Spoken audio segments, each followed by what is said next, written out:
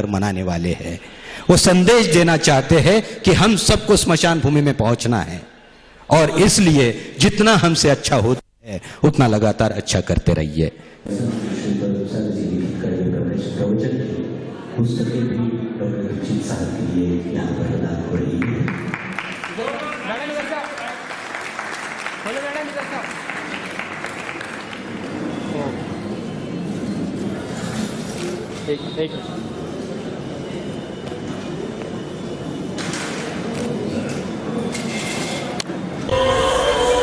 हैं तालियों के द्वारा डॉक्टर साहब का स्वागत कीजिए।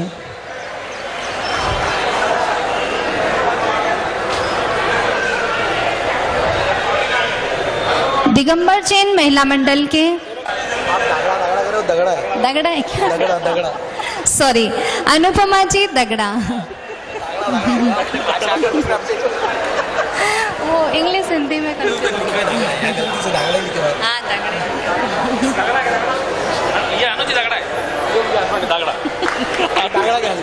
नहीं, इंग्लिश में दागड़ा पढ़ा मैंने। बहुत बहुत धन्यवाद। पुनश्च डॉक्टर साहब का भी बहुत बहुत धन्यवाद जिन्होंने अपना अमूल्य समय प्रदान कर इसी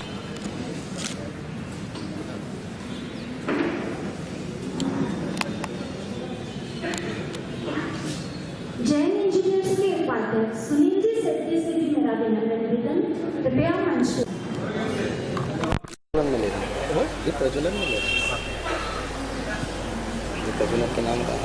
का बहुत बहुत धन्यवाद।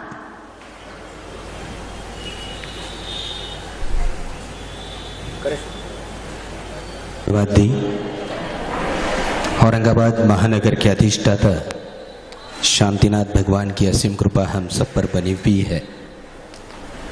कल जिनका हम 50वां अवतरण दिवस मना रहे हैं वे परम पूज्य क्रांतिकारी राजसंत मुनि श्री तरुण सागर जी गुरुदेव के चरणों में कोटि कोटि नमस्तु करता हूँ और उनके अवतरण दिवस की पूर्व संध्या पर यहाँ पर उपस्थित सभी महानुभावों का मैं हार्दिक हार्दिक अभिनंदन करता हूँ। आज वास्तव में बड़ा ही सुंदर दिवस है, बड़े ही सुंदर क्षण है, क्योंकि मैंने सुना है कि डॉक्टर दीक्षित साहब कहते हैं कि 55 मिनट में खाना खा लीजिए और जैन शासन भी कहता है कि 48 मिनट में खाना खा लीजिए। डॉक्टर दीक्षित साहब 2 बार खाना खाने की आज्ञा देते हैं, लेकिन जैन तत्व ज्ञान 1 बार खाना खाने की आज्ञा देता है और ये बहुत सुंदर मिलाप आज निश्चित रूप से यहाँ पर हो रहा है। मोटापा देश की समस्या बना हुआ है, मधुमेह देश की समस्या बना हुआ है और डॉक्टर श्रीकांत जिचकार साहब का सपना था कि हमारा भारत देश मोटापा और मधुमेह मुक्त हो, उसी को लेकर के डॉक्टर जगन्नाथ जी दीक्षित लगातार चल रहे हैं और उसी सिलसिले में आज डॉक्टर जगन्नाथ जी दीक्षित हमारे बीच यहाँ पर उपस्थित है। Engineer society, Jain engineer society जो लगातार अपना कार्य कर रही है, आनंद मिश्री कोटकर जी, दर्शन संचेती जी, जीतो औरंगाबाद के गौतम संचेती जी जो सारे महाराष्ट्र में भारतवर्ष में परिचित है, हमारे जैन समाज के गरिमा बने हुए राजेश जी पाटनी, जैन टैग जो अभी अभी एक सुंदर ग्रुप बना और बड़ा सुंदर काम जैन टैग के माध्यम से हो रहा है, सौ अनुपमा डगड़ा और सौ दीपिका बड़जात्या। गुरु परिवार, निश्चित रूप से गुरु परिवार के माध्यम से डॉक्टर साहब इस उत्सुक था। 2014 में वेट मशीन ने मुझे 90 किलो दिखाया, 90 केजीज, एंड उसके बाद में मैंने स्विमिंग करना शुरू किया। सोचा कि स्विमिंग करते करते मेरा वज़न कम हो जाएगा, पर 1 साल के स्विमिंग के बाद भी मेरा कुछ वज़न खास कम नहीं हुआ। नवंबर 2016 में मैंने डॉक्टर साहब का लेक्चर सुना और वहाँ से मैंने फॉलो करना शुरू किया। 6 महीने में I reduced from 93 kgs to 80 kgs, and waistline मेरा was more than 40. It is now less than 35. Credit goes to this wonderful technique shared by Dr. Dikshit.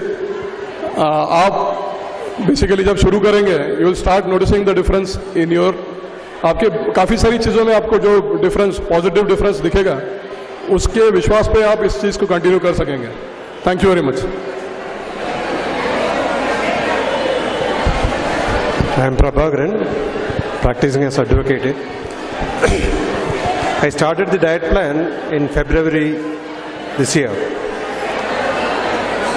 And on an average, I lost 1 kilo per week.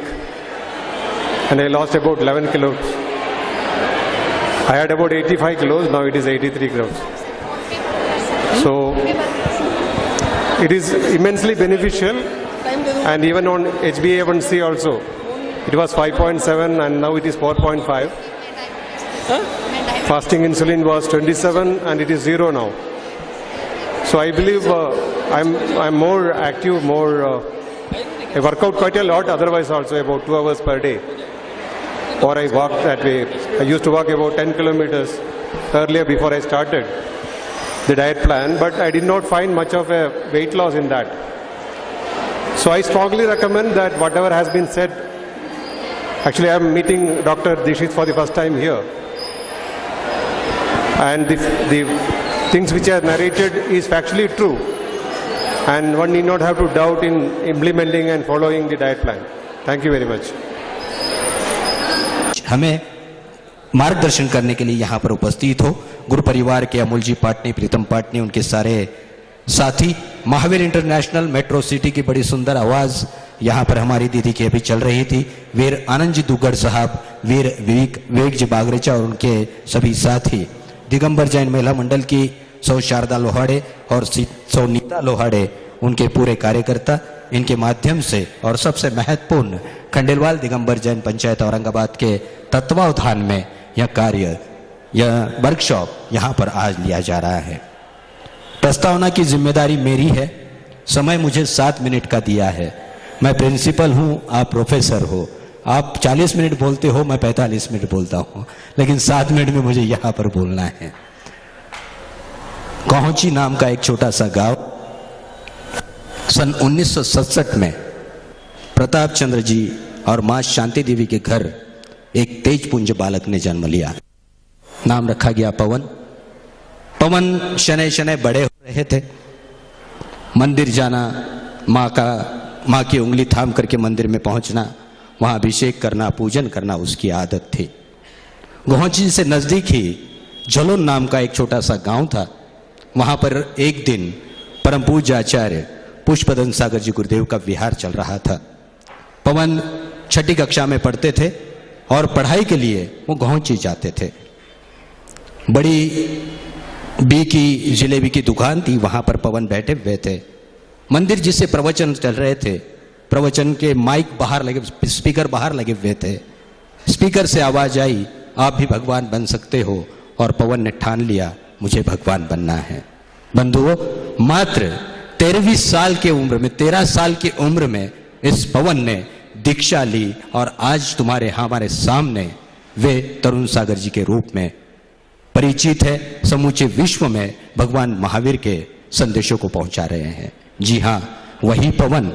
जब उनका कल, तरुण सागर जी का कल 50वां अवतरण दिवस मनाया जा रहा है, पर पर्सनल लेवल में लेना चाहूंगा, हमारे गुरु परिवार के पहले अध्यक्ष थे अरुण जी पाटनी साहब।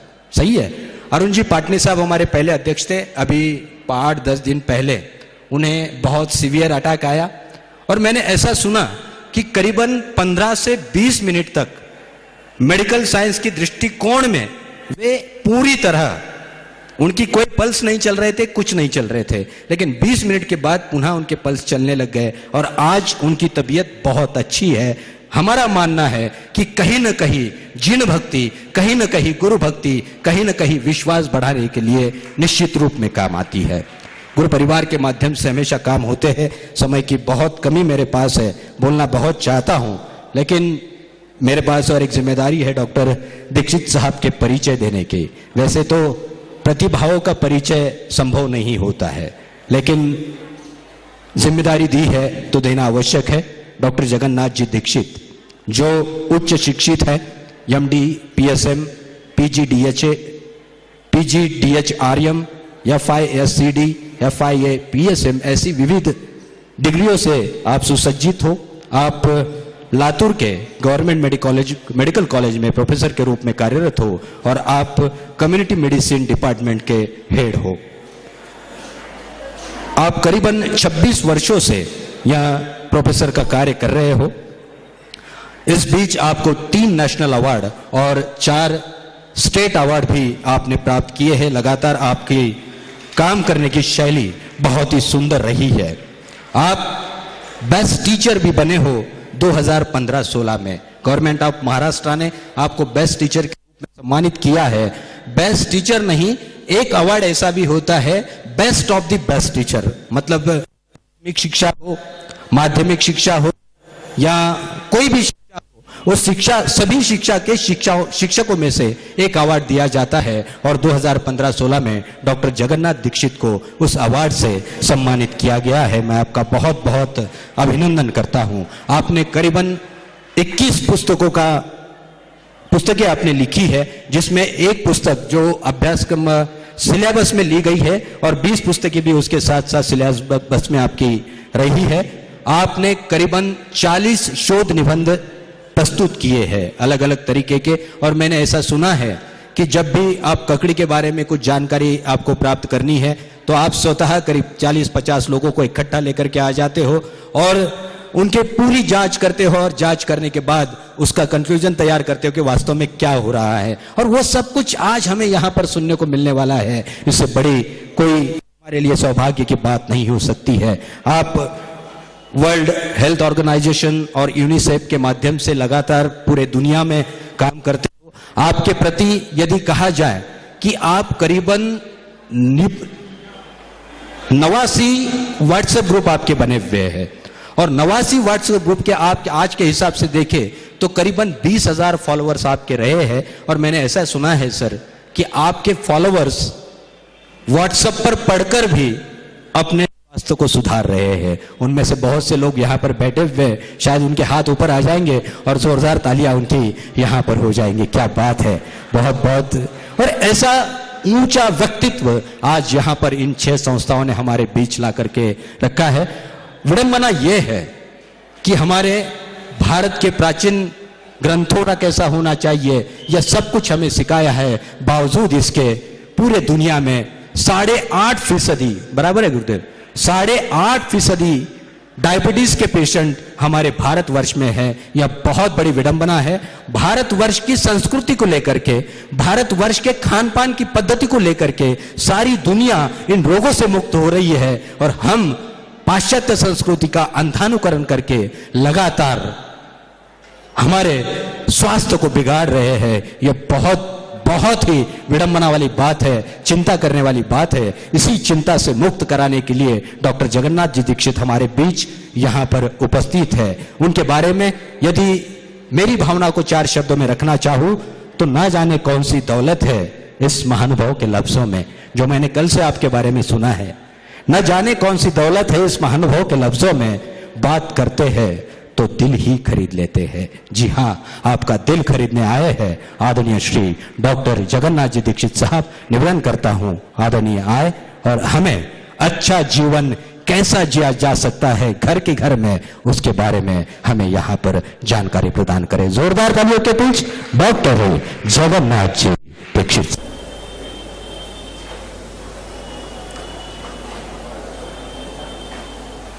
राष्ट्रसंत मुनिश्री तरुण सागर जी महाराज के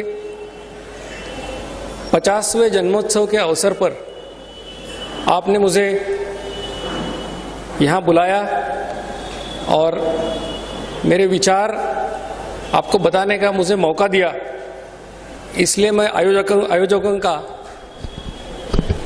तहे दिल से आभारी हूँ। पहले तो मैं आपका शुक्रिया अदा करना चाहूँगा कि आपने ऐसे पावन मौके पर मुझे यहाँ बुलाया है। जैन इंजीनियर सोसाइटी, जीतो औरंगाबाद, गुरु परिवार, Mahavir international metro city, Jain tag, the Jain महिला मंडल, ये औरंगाबाद की जितनी संस्थाएं हैं जिन्होंने जॉइंटली ये प्रोग्राम ऑर्गेनाइज किया है, उनका मैं अभिनंदन भी करूंगा और आभार भी व्यक्त करूंगा कि उन्होंने स्वास्थ्य के बारे में कुछ जानने की उनकी चाह है, ख्वाहिश है और उसके लिए उन्होंने ये मौका चुना है। इसलिए मैं उन सभी का आभारी हूँ। मेरा आवाज़ जो पीछे बैठे लोग, सबको सुनने को आ रहा है ठीक तरह से? सबको आ रहा है सुनने को इधर? बहुत अच्छा। तो खुशी की बात यह भी है कि आमतौर पर ऐसे प्रोग्राम्स में बहुत कम बार ऐसा होता है कि एक्टिविटीज टाइम पर शुरू होती है। तो ये एक एक्सेप्शन है कि मुझे बताया गया था कि 4:25 पर मैं यहाँ पर खड़ा रहूंगा, तो लगभग उसी समय में यहाँ पे आया हूँ।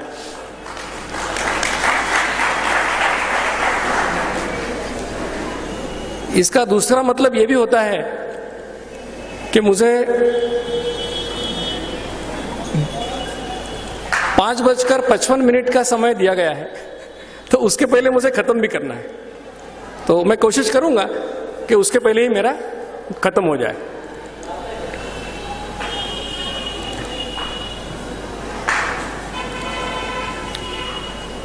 ये जो पावर पॉइंट है ये आपको ठीक तरह से दिख रहा है सभी लोगों को? काफी बड़ा स्क्रीन है, तो शायद आपको सबको दिख रहा है। एक बात की मैं आपसे पहले माफी मांगना चाहूंगा कि मैं कोई धार्मिक प्रवचन नहीं देने वाला हूं। मैं एक डॉक्टर हूं और मैं वैज्ञानिक बातें आपको बताने वाला हूं। और जिस डाइट प्लान के बारे में आपको बताने वाला हूं वो और जैनिज्म के प्रिंसिपल्स बहुत साथ में चलते हैं। लेकिन हो सकता है कि मेरे व्याख्यान में कोई ऐसी बात भी निकल जाए जो आपको जैनिज्म से थोड़ी अलग भी लग सकती है, तो एक डॉक्टर समझकर मुझे उस बात के लिए माफ कर दीजिए, क्योंकि मैं कोई धार्मिक प्रवचन नहीं दे रहा हूं। मेरा मोबाइल नंबर इस स्लाइड के ऊपर है, मेरा ईमेल एड्रेस भी मैंने लिखा है। हो सकता है इस व्याख्यान के बाद कुछ लोगों को ऐसा लगे कि कुछ सवाल हमारे दिल में और बाकी है, तो अगर आपको लगता है तो व्हाट्सएप मैसेज करके आप मुझे पूछ सकते हो या ईमेल के ऊपर भी आप पूछ सकते हो। तो आपके जवाब आपको 3 या 4 दिन के अंदर डेफिनेटली मिल जाएंगे। तो आज का जो व्याख्यान का विषय है, कुछ लोग थोड़ा सा अचरज में पड़े होंगे कि जिन्होंने एक ब्रोशर देखा होगा कि जिसमें आहार की वैज्ञानिक पद्धति ऐसे कुछ लिखा था। तो एक अध्यापक होने के नाते मैं आपको बताऊंगा कि जब हम क्वेश्चन पेपर निकालते हैं तो अलग अलग टाइप के क्वेश्चंस पूछते हैं, लेकिन स्टूडेंट क्या करता है, उसको जो मालूम है वही लिखता है। आप क्वेश्चन कोई भी पूछो, उसको जो आता है वही जवाब लिखता है। तो इसलिए मुझे जो आता है, बिना प्रयास वेट लॉस और मधुमेह प्रतिबंध, यही टॉपिक और वो टॉपिक सेम ही है, मतलब इसमें कोई ज्यादा आपको दिक्कत नहीं आनी चाहिए। बहुत ही पहले ये बात आपको बताना जरूरी है कि जो भी मैं आपको बताने वाला हूं, जो ज्ञान या जो इंफॉर्मेशन देने वाला हूं, ये मैंने संशोधन इसका नहीं किया है। इसका संशोधन डॉक्टर श्रीकांत जिचकार नाम के एक महान व्यक्ति महाराष्ट्र में हो गए, जो जिनका नाम Limca book of world records में पोस्ट ग्रेजुएट डिग्री जिनके पास मैक्सिमम थी, इसलिए उनका नाम दर्ज है। यानी कि सबसे नॉलेजेबल व्यक्ति दुनिया के, उनको हम मान सकते हैं। उन्होंने बहुत पहले यानी कि 1997 से लेकर 2004 तक जिस आहार योजना के बारे में मैं आपको बताने वाला हूं, इसका प्रचार और प्रसार लगभग 7 साल किया। अनफॉर्चुनेटली 2004 में उनका एक्सीडेंट में देहांत हो गया और उनके साथ काफी ज्यादा डॉक्टर्स उस समय नहीं थे, इसलिए वो कैंपेन वहीं पर रुक गया था। उसी कैंपेन को हमने सिर्फ आगे बढ़ाया है, उसमें थोड़ा और कुछ रिसर्च करके हमने उसको आगे बढ़ाने की कोशिश की है। इसलिए ये मेरा आज का व्याख्यान और हमने उनके पावन स्मृति को अर्पित किया है।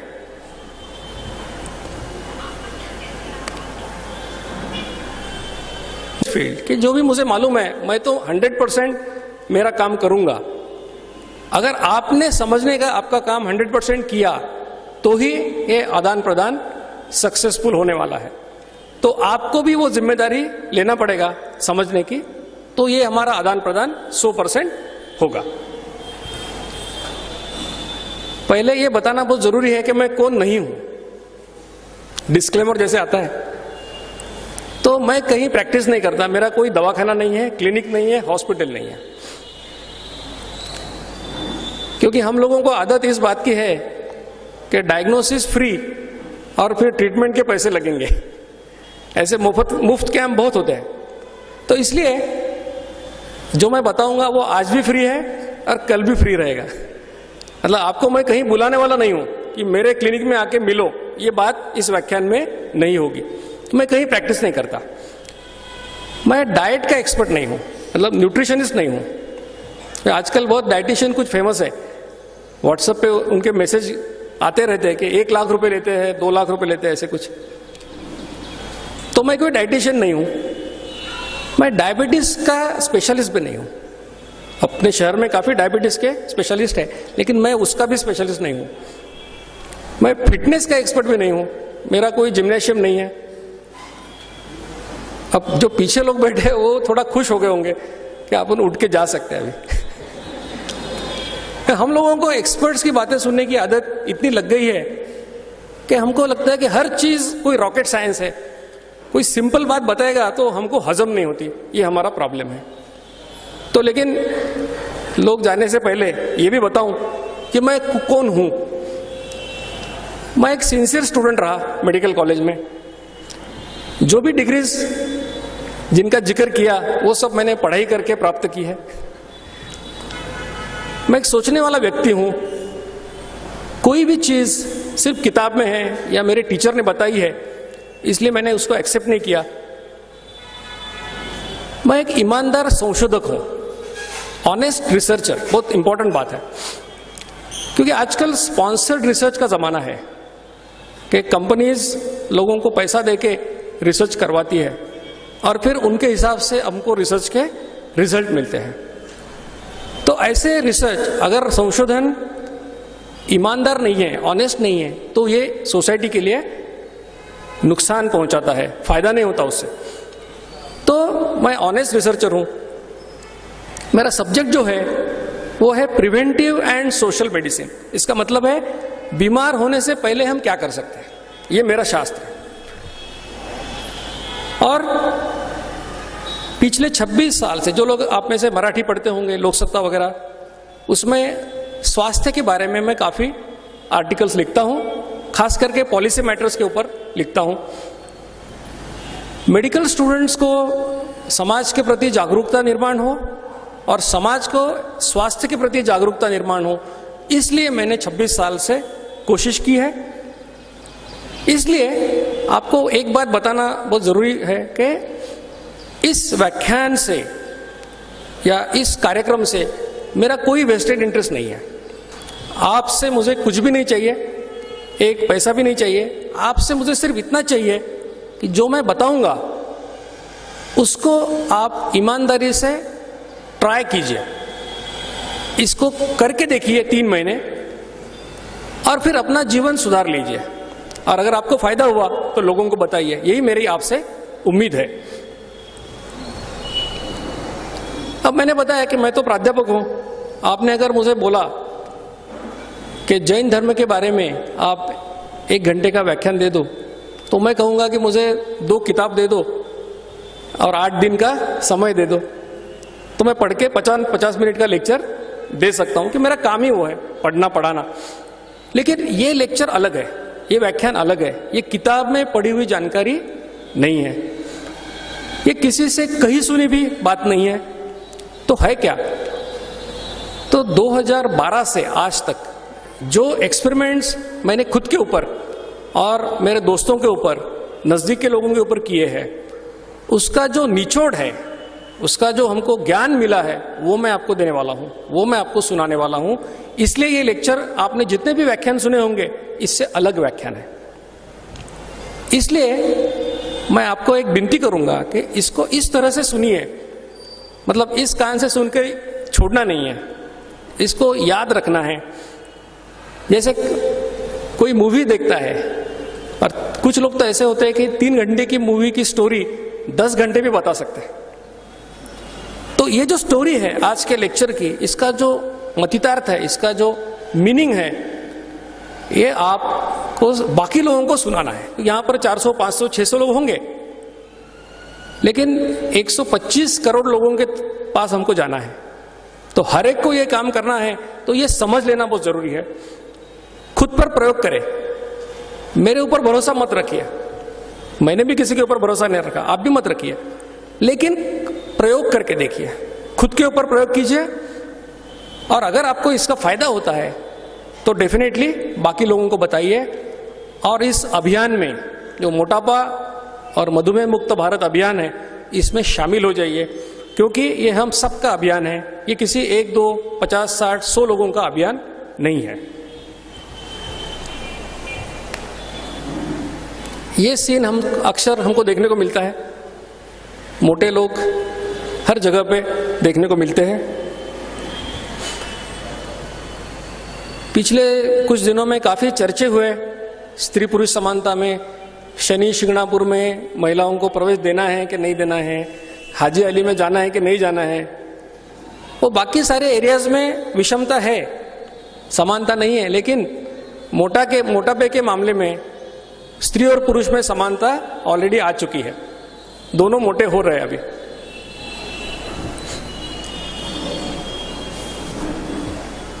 ये इसलिए मैंने खास दिखाया है कि हम लोग ट्रैवल करते हैं, बस, ट्रेन, फ्लाइट से जाते हैं, तो अभी इन कंपनियों ने ऐसे सोचा है कि अभी जो हम टिकट लेंगे वो पर किलोग्राम बॉडी वेट के हिसाब से लेंगे। 40 किलो को वही टिकट और 100 किलो को वही टिकट उनको अफोर्ड नहीं होता है। तो अभी से थोड़ा प्रिकॉशन ले लीजिए, नहीं तो आपके ज्यादा खर्चा हो सकता है।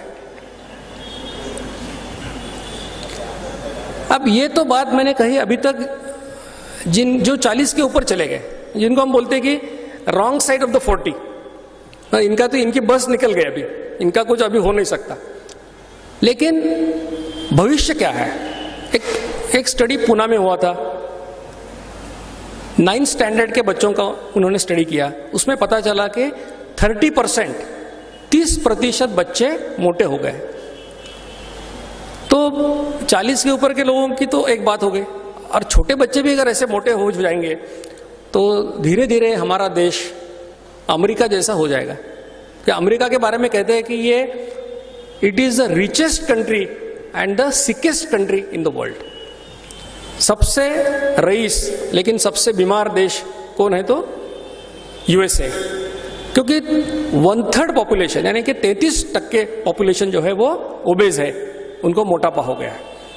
तो अगर हमने अभी से कुछ नहीं किया तो हमारा देश भी उसी लाइन में जाने की शक्यता है।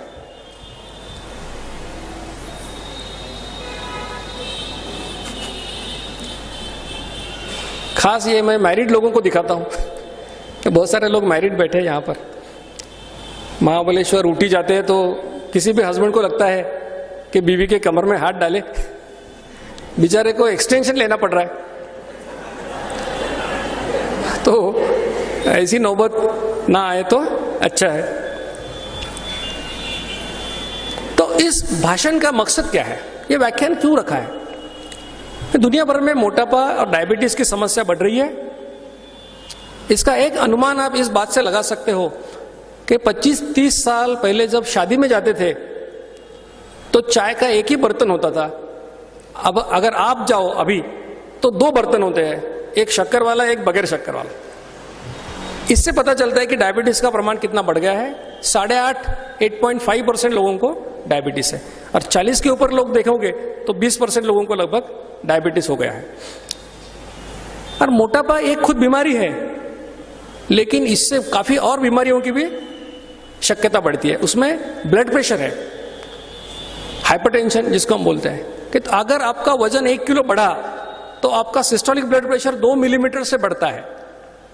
इसका मतलब यह भी हो गया है कि अगर आपने 20 किलो वजन कम किया तो आपका सिस्टोलिक ब्लड प्रेशर 40 से कम हो जाएगा, यानी कि आपकी ब्लड प्रेशर की गोली बंद हो सकती है।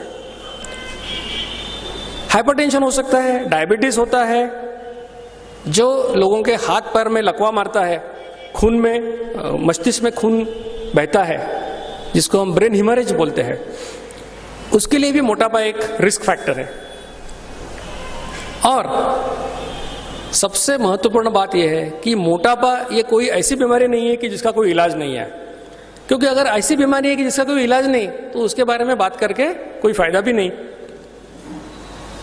तो मोटापे के लिए इलाज है जो मैं आपको बताने वाला हूं, और वो इलाज ऐसा है कि उसके लिए आपको एक पैसा भी खर्च करने की जरूरत नहीं है, पहली बात। दूसरी बात, आपको किसी भी डॉक्टर के पास या किसी भी एक्सपर्ट के पास जाने की जरूरत नहीं है। और सबसे अहम बात है कि ये जो मैं आपको बताने वाला हूं आहार योजना, वो आप जिंदगी भर बड़ी आसानी से उसका अनुकरण पालन कर सकते हो। तो पैसा भी नहीं लगेगा, डॉक्टर की जरूरत नहीं, कोई मशीन लाने की जरूरत नहीं है, और आप उसको कर सकते हो जिंदगी भर। तो ऐसा उपाय सबको चाहिए, सबको चाहिए ना, सबको चाहिए। और आजकल हमारी मेंटेलिटी ऐसी बन गई है कि कोई भी चीज खरीदने जाते हैं तो एक के ऊपर एक फ्री होता है हमेशा, एक शर्ट लो दूसरा फ्री। अब जब तक ऐसा स्कीम नहीं है तब तक हम कुछ खरीदते भी नहीं, ऐसी हमारी मेंटेलिटी हो गई है। तो इसलिए कैंपेन में हमने वो स्कीम भी लाई है कि जो उपाय या इलाज मैं आपको बताऊंगा, उसी इलाज से मोटापा भी कम हो जाएगा और आपका डायबिटीज प्रिवेंशन भी होगा। तो एक के ऊपर एक फ्री है। तो ये उपाय सभी को चाहिए। अब एक महत्वपूर्ण सूचना कि 3 टाइप के लोग हैं जिनको जो मैं बताने वाला हूं आहार योजना, इसका उपयोग नहीं होगा। उसमें पहले है कि जिनकी उम्र 18 साल से कम है, ऐसे बहुत कम यहां पे होंगे बच्चे, क्योंकि उनको इस डाइट प्लान की जरूरत नहीं है। दूसरे टाइप के लोग हैं जिनको ऑलरेडी हो चुका है, जिनको डायबिटीज ऑलरेडी हो चुका है। कितने लोग हैं जरा हाथ ऊपर कीजिए जिनको डायबिटीज है? ओके, 8.5% दिख रहे हैं। जितना इंडिया में है उतना यहीं पर भी है, 8.5%। लेकिन इनके लिए खुशी की बात एक ये है कि पिछले 2 साल में जो हमने रिसर्च किया है उससे हमको पता चला है कि डायबिटीज के कुछ लोगों को इस डाइट प्लान का डेफिनेटली फायदा होता है। कुछ लोगों की गोली का डोज कम हो गया, कुछ लोगों गोली बंद हो गई, ऐसा हो सकता है। लेकिन डायबिटीज के मरीजों ने अपने दिल से ये डाइट प्लान शुरू नहीं करना है, ये वार्निंग मैं आपको देता हूं। डायबिटीज के लोगों को हम बोलते हैं कि आप 2 टेस्ट करो। एक को बोलते हैं हम HbA1c यानी कि ग्लाइकोसाइलेटेड हीमोग्लोबिन, और दूसरी टेस्ट को हम बोलते हैं फास्टिंग इंसुलिन। इसके बारे में और एक बात बताने वाला हूं। ये 2 टेस्ट आपको करना है। इसके रिपोर्ट मुझे व्हाट्सएप के ऊपर उसके फोटो निकाल के भेजना है। अगर मैंने बताया कि आपको डाइट प्लान का फायदा होगा तो आप जरूर डाइट प्लान कर सकते हो, लेकिन अपने आप इसको नहीं करना है।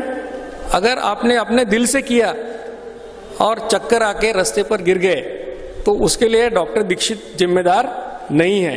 ये बात मैं 3 बार व्याख्यान में बताऊंगा, ये पहली बार बताया। तीसरा एक प्रकार है जो पढ़े लिखे लोगों में देखने को मिलता है, जिनको भी डाइट प्लान का फायदा नहीं होता। लेकिन ये अगर आपने मुझे पूछा व्याख्यान के बाद कि ऐसे कौन लोग हैं तो मैं बताऊंगा, अभी उसको बताने की जरूरत नहीं है। अब पहली बात है कि मोटापा के बारे में कुछ सोचने से पहले मोटापा है क्या, इसका डायग्नोसिस करेंगे कैसा। क्योंकि किसी को भी आप पूछो, उसका पेट काफी बड़ा निकला है, आपने उसको पूछा कि अरे तेरा तो पेट बढ़ गया, वजन बढ़ गया, तो वो बोलता है मैं खाते पीते घर का हूं। जब बेटा आता है हॉस्टल से तो माँ तो उसको हमेशा वही बोलती है, अरे दुबला हो गया। एक्चुअली उसका 32 का साइज 34 हो गया पैंट का, फिर माँ के लिए दुबला ही है। तो पहचानेंगे कैसे? तो एक सिंपल फॉर्मूला आपको बताता हूं, काफी फॉर्मूले हैं लेकिन एक सिंपल बताता हूं। वो फॉर्मूला ऐसा है कि आपकी हाइट, आपका कद सेंटीमीटर में कितना है आप देखो। अगर आप 5 फीट हो तो इसका मतलब 150 सेंटीमीटर आपकी हाइट है, उसमें से 100 माइनस करो, 100 माइनस करो, जो भी बचेगा वो आपका ज़्यादा से ज़्यादा वजन होना चाहिए।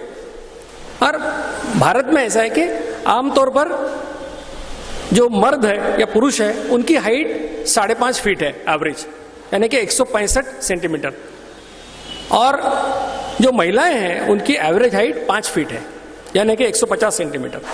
तो 150 माइनस 100 यानी कि 50 किलो महिलाओं का औसतन वेट होना चाहिए मैक्सिमम। वैसे मर्दों का 65 केजी मैक्सिमम होना चाहिए। अब आपको सबको अपनी हाइट मालूम है, उसमें से वो सेंटीमीटर में से 100 माइनस करो और पता करो कि आपका वेट कितना है, अभी कितना है और चाहिए कितना है। इसका फायदा क्या है? ये फायदा है कि पहले तो आप कोई भी प्रॉब्लम हमको सॉल्व करना है तो पहले ये मानना जरूरी है कि ये प्रॉब्लम है। अगर आप बोलोगे मैं खाते पीते करता हूं, आपका वजन चाहिए 60 किलो, वो है 90 किलो, और आप बोलोगे मैं खाते पीते घर का हूं, तो आप उसको सॉल्व करने की कोई कोशिश भी नहीं करोगे। तो अभी आपको सबको मालूम पड़ गया कि आपका वजन चाहिए था 50, अभी है 70 किलो। ठीक है, आपको ये तो मालूम पड़ गया कि 20 किलो कम करना है, एक टारगेट मिल गया आपको कितना कम करना है। तो ये समझ लो, क्योंकि ये एक्सेप्ट करना कि मेरा वजन ज्यादा है और ये जानना कि कितना ज्यादा है, ये मोटापा कम करने के प्रोसेस में पहला स्टेप है।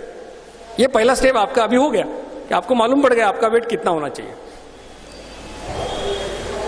तो ये मोटापे की इतनी फिक्र क्यों? मैंने पहले बताया था आपको कि हाइपरटेंशन, डायबिटीज, मोतियाबिंद या कैटरैक्ट होता है, वो मोटे लोगों में जल्दी होता है। ब्रेन हिमरेज, कुछ कैंसर्स है जो मोटे लोगों में दिखाई जाते हैं ज्यादा। आर्थराइटिस यानी कि जोड़ों में दर्द, डिसलिपिडेमिया यानी कि कोलेस्ट्रॉल बढ़ जाता है, लिवर के कुछ डिसीज, फैटी लिवर जैसे डिसीज है, बीमारियां उससे होती है।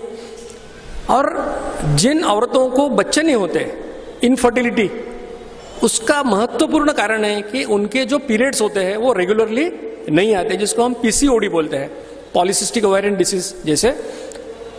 तो उसका कारण होता है कि उनका वजन ज्यादा होता है। तो अगर उनको कंसीव करना है, अगर उनको बच्चे होना है, तो पहले डॉक्टर उनको बोलते हैं कि वजन कम करो, तो उसके बाद ही उनके पीरियड्स रेगुलर आना चालू हो जाता है और उनको बच्चे होने की चांसेस निर्माण होते हैं। तो इतने सारे बीमारियों की रिस्क मोटापे से बढ़ती है। मोटापा 2 प्रकार का होता है। एक को हम बोलते हैं सेब जैसा, यानी कि एप्पल जैसा। अब एप्पल कैसा होता है? बीच में बड़ा होता है, नीचे और ऊपर पतला होता है या बारीक होता है। तो ऐसे लोगों का पेट बड़ा होता है, लेकिन बाकी उनका जो पार्ट है वो पतला होता है। इसको हम सेंट्रल ओबेसिटी भी बोलते हैं। और दूसरा मोटापा होता है जिसको हम बोलते हैं पैर जैसा। बाजार में पैर मिलता है, तो उनके हिप्स का भाग जो होता है वो एरिया बड़ा होता है, लेकिन पेट कम होता है। अगर आपको हमने कंपल्शन किया कि ये 2 मोटापे में से एक लेना ही पड़ेगा, तो आपने पैर शेपेड लेना चाहिए, क्योंकि ज्यादा से ज्यादा प्रॉब्लम जो है वो सेंट्रल ओबेसिटी या सेब जैसे मोटापे में है। तो अभी क्या करना है? घर जाने के बाद आईने के सामने खड़ा रहना है, लेकिन ऐसे नहीं खड़ा रहना है, ऐसे खड़ा रहना है, यानी कि आपको दिखे आपका एप्पल पेयर क्या है। और हस्बैंड वाइफ ने एक दूसरे को टीज भी कर सकते हैं कि तू एप्पल है, तू पेयर है, क्योंकि डरने की बात नहीं है। जो मैं बताऊंगा इससे जो भी है आपका फ्लैट हो जाएगा, 6 महीने में, साल भर में आप ठीक हो जाओगे, तो इसको कोई डरने की बात नहीं है। हम मोटे क्यों होते हैं? इससे काफी कारण है। जैसे जैसे हमारी उम्र बढ़ती है हम मोटे हो जाते हैं। और अगर मर्दों में देखेंगे तो 25 से लेकर 29 तक उनकी जो उम्र होती है, ये 5 साल में उनका वजन ज्यादा बढ़ता है। और औरतों में 45 से लेके 49 तक, ये जो 5 साल है, जो कि उनका मेनोपॉज का पीरियड होता है, इनकी माहवारी रुक जाती है उस समय, तो उस समय उनका वजन ज्यादा बढ़ता है। महिलाओं में मोटापा आने के चांसेस ज़्यादा होते हैं मर्दों से। कोई आनुवंशिक घटक भी है, जेनेटिक फैक्टर्स, और बहुत सारे मोटे लोगों का उनको हम बताएंगे कि आप मोटे हो तो बोलते हैं कि मेरे पिताजी भी ऐसे थे, माताजी भी ऐसी है, मेरे ग्रैंडफादर भी ऐसे थे, तो जो प्रॉपर्टी मुझे मिली है उनसे उसी तरह से मुझे मोटापा भी मिला है। ऐसा बहुत लोगों का बोलने का स्टाइल होता है। लेकिन अगर आपने 100 मोटे लोग लिए तो उसमें से सिर्फ 1% लोग जेनेटिक फैक्टर की वजह से मोटे होते हैं, बाकी सभी लोगों ने अपनी मेहनत से उसको कमाया है। मतलब माँ बाप को ब्लेम करने की जरूरत नहीं है। सामाजिक आर्थिक स्थिति, जैसे ही आपको ज्यादा पैसे मिलना शुरू हो जाता है तो लोग ज्यादा खाना शुरू कर देते हैं। मेहनत की कमी, काफी बिल्डर्स यहाँ पे बैठे हैं, ये लोग आजकल जैसे फ्लैट बनाते हैं, फ्लैट के सामने खड़े हो जाओ, 3 ताली बजाओ, दरवाजा खुल जाता है। सोफे पे बैठो, 3 ताली बजाओ तो फैन चालू हो जाता है। काम ही नहीं है कुछ अभी फिलहाल तो। जब मैंने मेडिकल कॉलेज में एडमिशन ली तो हमारे 100 के बैच में 2 बच्चों के पास स्कूटर थी। अभी मेरे लातूर में 150 के एडमिशन है, तो 150 में सिर्फ 2 बच्चे ऐसे होंगे जिनके पास मोटरसाइकिल स्कूटर नहीं है। सब्जी लाने के लिए जाना है, बच्चे मोटरसाइकिल लेके जाते हैं। कोई काम नहीं रहा है, मेहनत की कमी हो गई है। खाना बनाने का तरीका क्या है? जब किसी के पास आप गेस्ट बोल के जाओ तो पता ही नहीं चलता कि सब्जी कौन सी है, कि उसके ऊपर इतना ऑयल रहता है। जब उसको हलाओ तो समझता है कि बैंगन है, क्या आलू है, कि क्या है। तो ऐसा अगर आप खाना खाओगे तो वजन तो बढ़ना ही है। एजुकेशन, एक्चुअली ऐसा होना चाहिए कि एजुकेशन मिल गया तो लोगों अवेयरनेस बढ़ना चाहिए। लेकिन आपके घरों में जो बच्चे मेडिकल, इंजीनियरिंग, IIT, IIM में हैं, उनका खाने का स्टाइल देखो। एक हाथ में बर्गर, एक हाथ में पेप्सी या कोल्ड ड्रिंक लेके बैठते हैं। तो ये US को फॉलो कर रहे हैं, अमेरिका को फॉलो कर रहे हैं। तो ऐसे एजुकेशन हमारे कुछ काम का नहीं है, याद रखिए।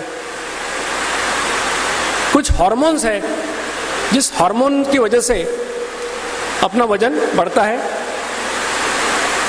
उसमें बारिश ने हमको काफी सहूलियत दी थी अभी तक, लेकिन मेरा आवाज आपको आ रहा है? आ रहा है, ठीक। कुछ हार्मोन्स है जिनसे हमारा वजन बढ़ता है। शराब पीने वालों का वजन बढ़ता है, तो शराब पीना कोई स्वास्थ्य के लिए अच्छी बात नहीं है। सिर्फ शराब से वजन नहीं बढ़ता, लेकिन शराब के साथ लोग जो खाना खाते हैं, एक बार शराब पीना चालू किया तो 2-2, 3-3 घंटे उनका प्रोग्राम चलता है, तो उसकी वजह से उनका वजन बढ़ता है। स्मोकिंग के बारे में ऐसा बोलते हैं कि स्मोकिंग करने वालों का वजन जो स्मोकिंग नहीं करते उनसे कम होता है। तो हो सकता है जो कॉलेज गोइंग स्टूडेंट बैठे हैं या फिर यंग लोग बैठे हैं, वो बोलेंगे चलो दीक्षित सर ने बोला है, कल से चालू करेंगे। लेकिन स्मोकिंग के बारे में एक अच्छी कहावत है, वो कहते हैं कि स्मोकिंग करने वाले लोग कभी भी बूढ़े नहीं होते, उसके पहले मर जाते हैं। तो इसलिए किसी के दिल में ये ख्याल आया होगा कि स्मोकिंग करके वजन कम करेंगे, तो ये कोई ठीक बात नहीं है। कुछ वंश यानी रेस, निग्रोज में वजन बढ़ने का उनकी टेंडेंसी ज्यादा है। कुछ दवाइयां हैं जैसे ओरल कॉन्ट्रासेप्टिव पिल्स जो महिलाएं लेती है बच्चा नहीं होने के लिए, उससे वजन बढ़ता है। इंसुलिन नाम का हार्मोन है जिसके बारे में मैं तो बाद में बताने वाला हूं, क्योंकि आज के पिक्चर का हीरो इंसुलिन है, तो उससे वजन बढ़ता है। एनाबॉलिक स्टेरॉइड, यानी कि जो आपने देखा होगा कोई हमारे वेट लिफ्टर्स, बॉक्सर्स डोपिंग के इल्जाम में पकड़े जाते हैं, तो वो एनाबॉलिक स्टेरॉइड लेते हैं जिसकी वजह से उनके मसल्स वगैरह बढ़ते हैं, तो उससे वजन बढ़ता है। अभी फर्क कैसा होगा देखो, 1980 का कंप्यूटर देखो और आदमी देखो, और ये 2017 का मेरा मोबाइल मेरा कंप्यूटर है, इससे मेरा पूरा काम चलता है। तो लोग मोटे होते जा रहे हैं, हमारे गैजेट्स छोटे होते जा रहे हैं। इस आदमी को अच्छा ख्याल दिल में आया है कि बैडमिंटन खेलने के लिए जाना है। वो पूछ रहा है कि मेरे स्पोर्ट शूज कहीं देखे हैं क्या, और उसके पैर आप देखो तो ऑलरेडी उसने शूज पहने हैं, लेकिन पेट की वजह से उसको दिख रहा नहीं है कि उसने शूज पहने हैं कि नहीं पहने। तो ऐसी नौबत हमारे आसपास के लोगों के ऊपर भी आती है। कुछ लोगों को मैंने बफे में पेट के ऊपर प्लेट रख के खाते हुए देखा है, तो उनको अलग टेबल की जरूरत नहीं पड़ती, ऐसे भी लोग होते हैं। फिर ये फैड आ गए, डाइट फैड। ये आदमी बोल रहा है कि डाइट सोडा चाहिए, यानी कि 0 कैलोरीज। अब उसको देख के आपको पता चल गया होगा कि इसने होटल में मिलने वाली पूरी चीजें खाई है और अभी उसको डाइट सोडा भी चाहिए। तो ऐसे फैड भी है। तो मैंने बहुत सारे कारण आपको बताए कि आपकी सेक्स क्या है, हेरिडिटी क्या है, वगैरह वगैरह। लेकिन सबसे आसान और समझने की बात यह है कि आप जरूरत से ज्यादा खाते हो और शारीरिक मेहनत नहीं करते। अगर आप पैसा कमाते रहोगे और खर्च नहीं करोगे तो बैंक बैलेंस तो बढ़ना ही है। वैसे ही आपका एनर्जी इम्बैलेंस हो जाता है, एनर्जी ज्यादा अंदर जाती है, एनर्जी आप कम खर्च करते हो तो वो चर्बी के रूप में, फैट के रूप में आपके शरीर के अंदर स्टोर हो जाती है और आप मोटे बन जाते हो। ये सादी सादी बात है। इसलिए जो लोग माँ बाप पर, जेनेटिक्स पर ब्लेम करते हैं, उनके लिए ये दिखाया है कि obesity doesn't run in family, the main problem is nobody runs in the family. आप भागना चालू करो, एनर्जी खर्च करो तो मोटा नहीं होगे। अब थोड़ा संक्षिप्त में आपको बताऊंगा कि मैं तो एक प्राध्यापक था, मेरा काम चालू है, तो ये वेट लॉस के चक्कर में मैं क्यों पड़ा। तो इसका कारण ऐसे हुआ कि 2012 में मेरा पेट थोड़ा आना शुरू हो गया था। लगभग मेरा वजन मेरे एक्सपेक्टेड वजन से 8 किलो ज़्यादा था। किलो ज़्यादा है तो हम कुछ कोशिश करके इसको कम करेंगे। तो मैंने कुछ प्रयोग किए। ये प्रयोग आप में से बहुत सारे लोगों ने किए होंगे। तो जो मैं बताऊंगा शायद हो सकता है कि आप ही की स्टोरी हो, क्योंकि हम सब एक ही है। तो पहला जो प्रयोग किया वो था उपवास करने का, फास्टिंग। तो क्या करना था मुझे कि हफ्ते में एक दिन एकदम फास्ट, कुछ भी नहीं खाना है दिन भर। सिर्फ मैं चाय पीता था, क्योंकि हम सबको ऐसे ही लगता है कि चाय तो एकदम हार्मलेस पदार्थ कुछ है, तो चाय है। ये प्रयोग मैंने महीना 1.5 महीना किया, फिर वजन किया। मेरा वजन पहले था 74.5 किलो। ये 1.5 महीना करने के बाद देखा तो वो हो गया था 75.5 किलो। मतलब फास्टिंग करने के बावजूद मेरा वजन 1 किलो बढ़ गया। तो ऐसे कैसे हो गया? मैंने जरा पढ़ा उसके बारे में तो पता चला। और आप ये भी देखो कि आपके नजदीक में, पहचान वालों में जो लोग फास्टिंग करते हैं, और फास्टिंग भी कैसी, आज सोमवार है, कल चतुर्थी है, परसों और कुछ है, मतलब जिसका कोई प्लानिंग नहीं है, इर्रेगुलर फास्टिंग करते हैं कुछ भी। तो एक कंसेप्ट है स्टारवेशन सिग्नल। आपके मस्तिष्क को अगर ऐसा लगा कि भाई आज तो हमको खाना मिल गया लेकिन कल का भरोसा नहीं है, उस समय मस्तिष्क क्या करता है, एनर्जी को स्टोर करके रखता है। तो ये स्टारवेशन सिग्नल की वजह से आप देखोगे कि जो भी लोग ऐसे फास्टिंग करते हैं उनके सबके पेट निकले हुए हैं। आपके नजदीक देखो, आपको पता चल जाएगा। इसलिए ये एक्सपेरिमेंट मेरा फेल हो गया। दूसरा प्रयोग मैंने किया, रात में सिर्फ फल खाने का। दिन भर जो खाना है खाओ, रात में सिर्फ फ्रूट्स खाने का।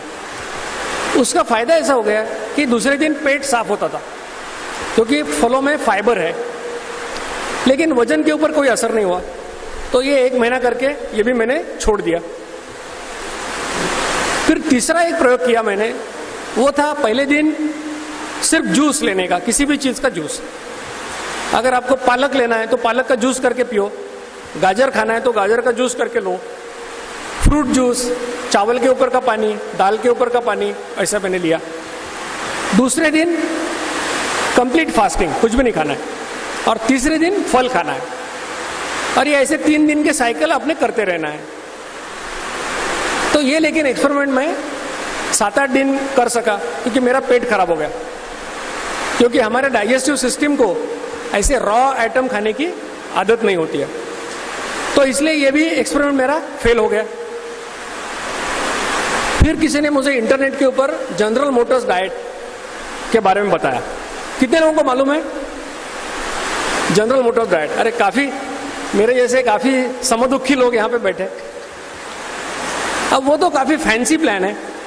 पहले दिन फल खाओ, दूसरे दिन वेजिटेबल्स खाओ, तीसरे दिन राइस और टोमेटो खाओ, चौथे दिन दूध और 6 बनाना खाओ, केले खाओ, और आखिरी दिन एक बड़ा आलू और एक चीज और एक ग्लास वाइन पियो। वाइन इसलिए कि उनका कहना था कि 8 दिन में आपका 4 किलो वजन कम हो जाएगा, इसलिए आप सेलिब्रेट करो 8 दिन के बाद। तो अमेरिकन कंपनी है। तो ये भी एक्सपेरिमेंट मैंने किया। और एक बात बहुत जरूरी है कि एक्सपेरिमेंट का मतलब होता है जैसे बताया गया वैसे ही करना है, उसमें 19-20 नहीं करना है। बहुत सारे लोग ऐसे होते हैं कि उनको हम बताएंगे कि 2 चपाती खाओ, वो बोलता है 1.5 खाए तो क्या होता, 2.5 चपाती खाए तो क्या होता।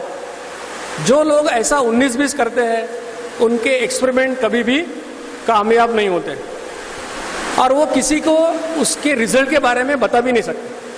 लेकिन मैंने जो भी किया बहुत ऑनेस्टली किया, सिंसियरली किया, इसलिए मैं आपको बता सकता हूं कि कौन से प्रयोग सक्सेसफुल हुए, कौन से नहीं हुए।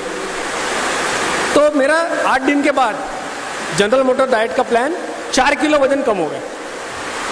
तो मैं बोला आपने को 8 किलो कम करना था, 4 किलो तो हो गया। और उन्होंने बताया कि आप 4-5 दिन गैप लेके फिर से कर सकते हो। बोला ठीक है, अभी और एक बार करूंगा तो मेरा एक्सपेक्टेड वेट मेरा आ जाएगा। मैंने इतने सारे महीने ऐसे ही वेस्ट कर दिए, ऐसे मुझे लगा।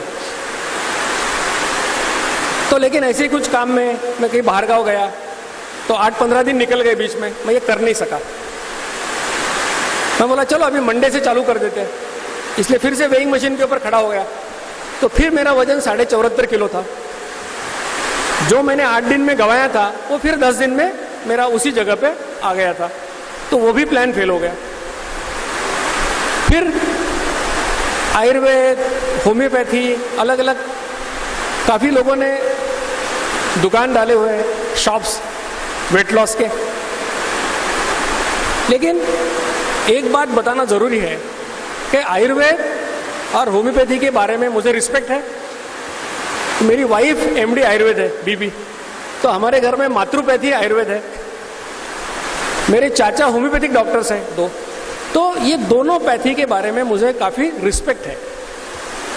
लेकिन जो लोग वजन कम करने का जिन्होंने मार्केटिंग चालू किया है उसके मैं खिलाफ हूं, क्योंकि होम्योपैथी में हर व्यक्ति का दूसरा मेडिसिन होता है, सबका एक मेडिसिन नहीं होता है। इसलिए कोई अगर आपको कोई हॉस्पिटल वाला चतरा या कोई बताएगा कि मेरा मेडिसिन लो वजन कम होगा, तो ये होम्योपैथिक प्रिंसिपल्स के भी अगेंस्ट है, गलत है। तो लेकिन मैंने ये भी किया, आयुर्वेद, होम्योपैथिक, उनसे भी मैंने कुछ मेडिसिन लिया। औरंगाबाद में ऐसे है कोई डॉक्टर आयुर्वेदिक वगैरह जो गारंटी है कि 2 महीने में 4 किलो, 3 महीने में 6 किलो ऐसा कम करना लोग हैं। तो उसका भी नतीजा वही हुआ कि आमतौर पर आपको भूखा रखकर वजन कम करने की कोशिश करते हैं। तो जब आप खाना चालू करते हो तो फिर आपका वजन उसी जगह पे आ जाता है। तो ये एक्सपेरिमेंट भी फेल हो गए। फिर मुझे वो किताब मिला, हीरोइन वाला किताब, बहुत लोगों ने पढ़ा होगा, कि दिन में 2-2 घंटे के बाद खाओ, थोड़ा थोड़ा खाओ, 2-2 घंटे के बाद खाओ। तो मैंने बोला चलो ये भी करके देखते हैं, इतने एक्सपेरिमेंट किए, ये और एक करेंगे। तो मैं कॉलेज में जाता था तो 3 टिफिन लेके जाता था। और सुबह 6 बजे उठने के बाद चाय बिस्किट खाओ, 8:30-9 बजे नाश्ता करो, फिर डिपार्टमेंट में जाने के बाद 11 बजे पहला डब्बा खोलो, उसमें चपाती और सब्जी, फिर 1:30 बजे दूसरा डब्बा खोलो जिसमें राइस, दाल, घी वगैरह वगैरह, और 3:30 बजे तीसरा डब्बा खोलने का, वो जरा फैंसी डब्बा रखने का। उसमें क्या, लौकी के कुछ पार्ट थोड़े थोड़े, या अखरोट, जर्दालू, या कुछ मनुका, ऐसा। ये मोटे लोगों का एक प्रॉब्लम होता है, अगर उनको आपने सलाह दी कि जो खाना है खाओ, तो वो बोलता क्या डॉक्टर है, ये क्या सलाह हो गई? उसको वैसा नहीं बोलना है। उसको क्या बोलने का है कि 7 काजू ले लो, वो 7 काजू एक लाइन में रखो, ऊपर के 2 और नीचे के 2 निकाल दो, अब बीच के 3 है, तो इसका लेफ्ट वाला हिस्सा खाओ, इसका राइट वाला खाओ, इसका लेफ्ट वाला खाओ। तो बोलता है हाँ ये कोई डाइट का एडवाइस है। और डॉक्टर दीक्षित कितनी फीस चाहिए आपको? तो वो तीसरा डब्बा मेरा ऐसा फैंसी होता था। घर पहुंचो 5 बजे, 5:30 बजे, फिर खाओ, 7:30 बजे फिर खाओ, 9:30 बजे खाना खाओ। गलती से नींद खुल गई 12:30-1 बजे, तो भी किचन में जाके देखो कुछ खाने के लिए है क्या। तो मुझे लगा कि मेरी जिंदगी में सिर्फ एक ही सवाल है कि आप क्या खाऊंगा, आप क्या खाऊं, आप क्या खाऊं। तो ये कोई लाइफ नहीं हो सकती। आयुर्वेदिक ट्रीटमेंट वालों ने मुझे तो ऐसा कर दिया था कि आपको जवार की रोटी और छाछ पीना है बस, तो उससे तो मेरी जिंदगी का रस निकल गया था। लेकिन ये डाइट प्लान ने मुझे लगा कि जिंदगी में खाना ही सबसे इंपॉर्टेंट है। और ये प्लान जब कर रहा था तो 1 महीने के बाद ही मुझे लगा कि मेरा पेट और बाहर निकल रहा है। लेकिन ये प्लान इतना अच्छा था कि मैंने उसको छोड़ा नहीं और 1 महीना चालू रखा, क्योंकि काफी अच्छा लग रहा था। जो होना था वही हुआ, मेरा वजन 2.5-3 किलो बढ़ गया। तो इतने सारे एक्सपेरिमेंट करने के बाद मेडिकल कॉलेज के एक प्रोफेसर को ऐसे लगने लगा कि दुनिया में वेट कम नहीं हो सकता, अपना वेट ऐसे ही बढ़ने वाला है। ऐसे फ्रस्ट्रेशन के स्टेज में मैं आ गया। काफी लोग आप में से भी आए होंगे, उसी स्टेज में आए होंगे, क्योंकि सब एक्सपेरिमेंट का रिजल्ट क्या था, या तो वजन बढ़ गया या कम हो गया। लेकिन जब मैंने वो छोड़ दिया फिर से बढ़ गया।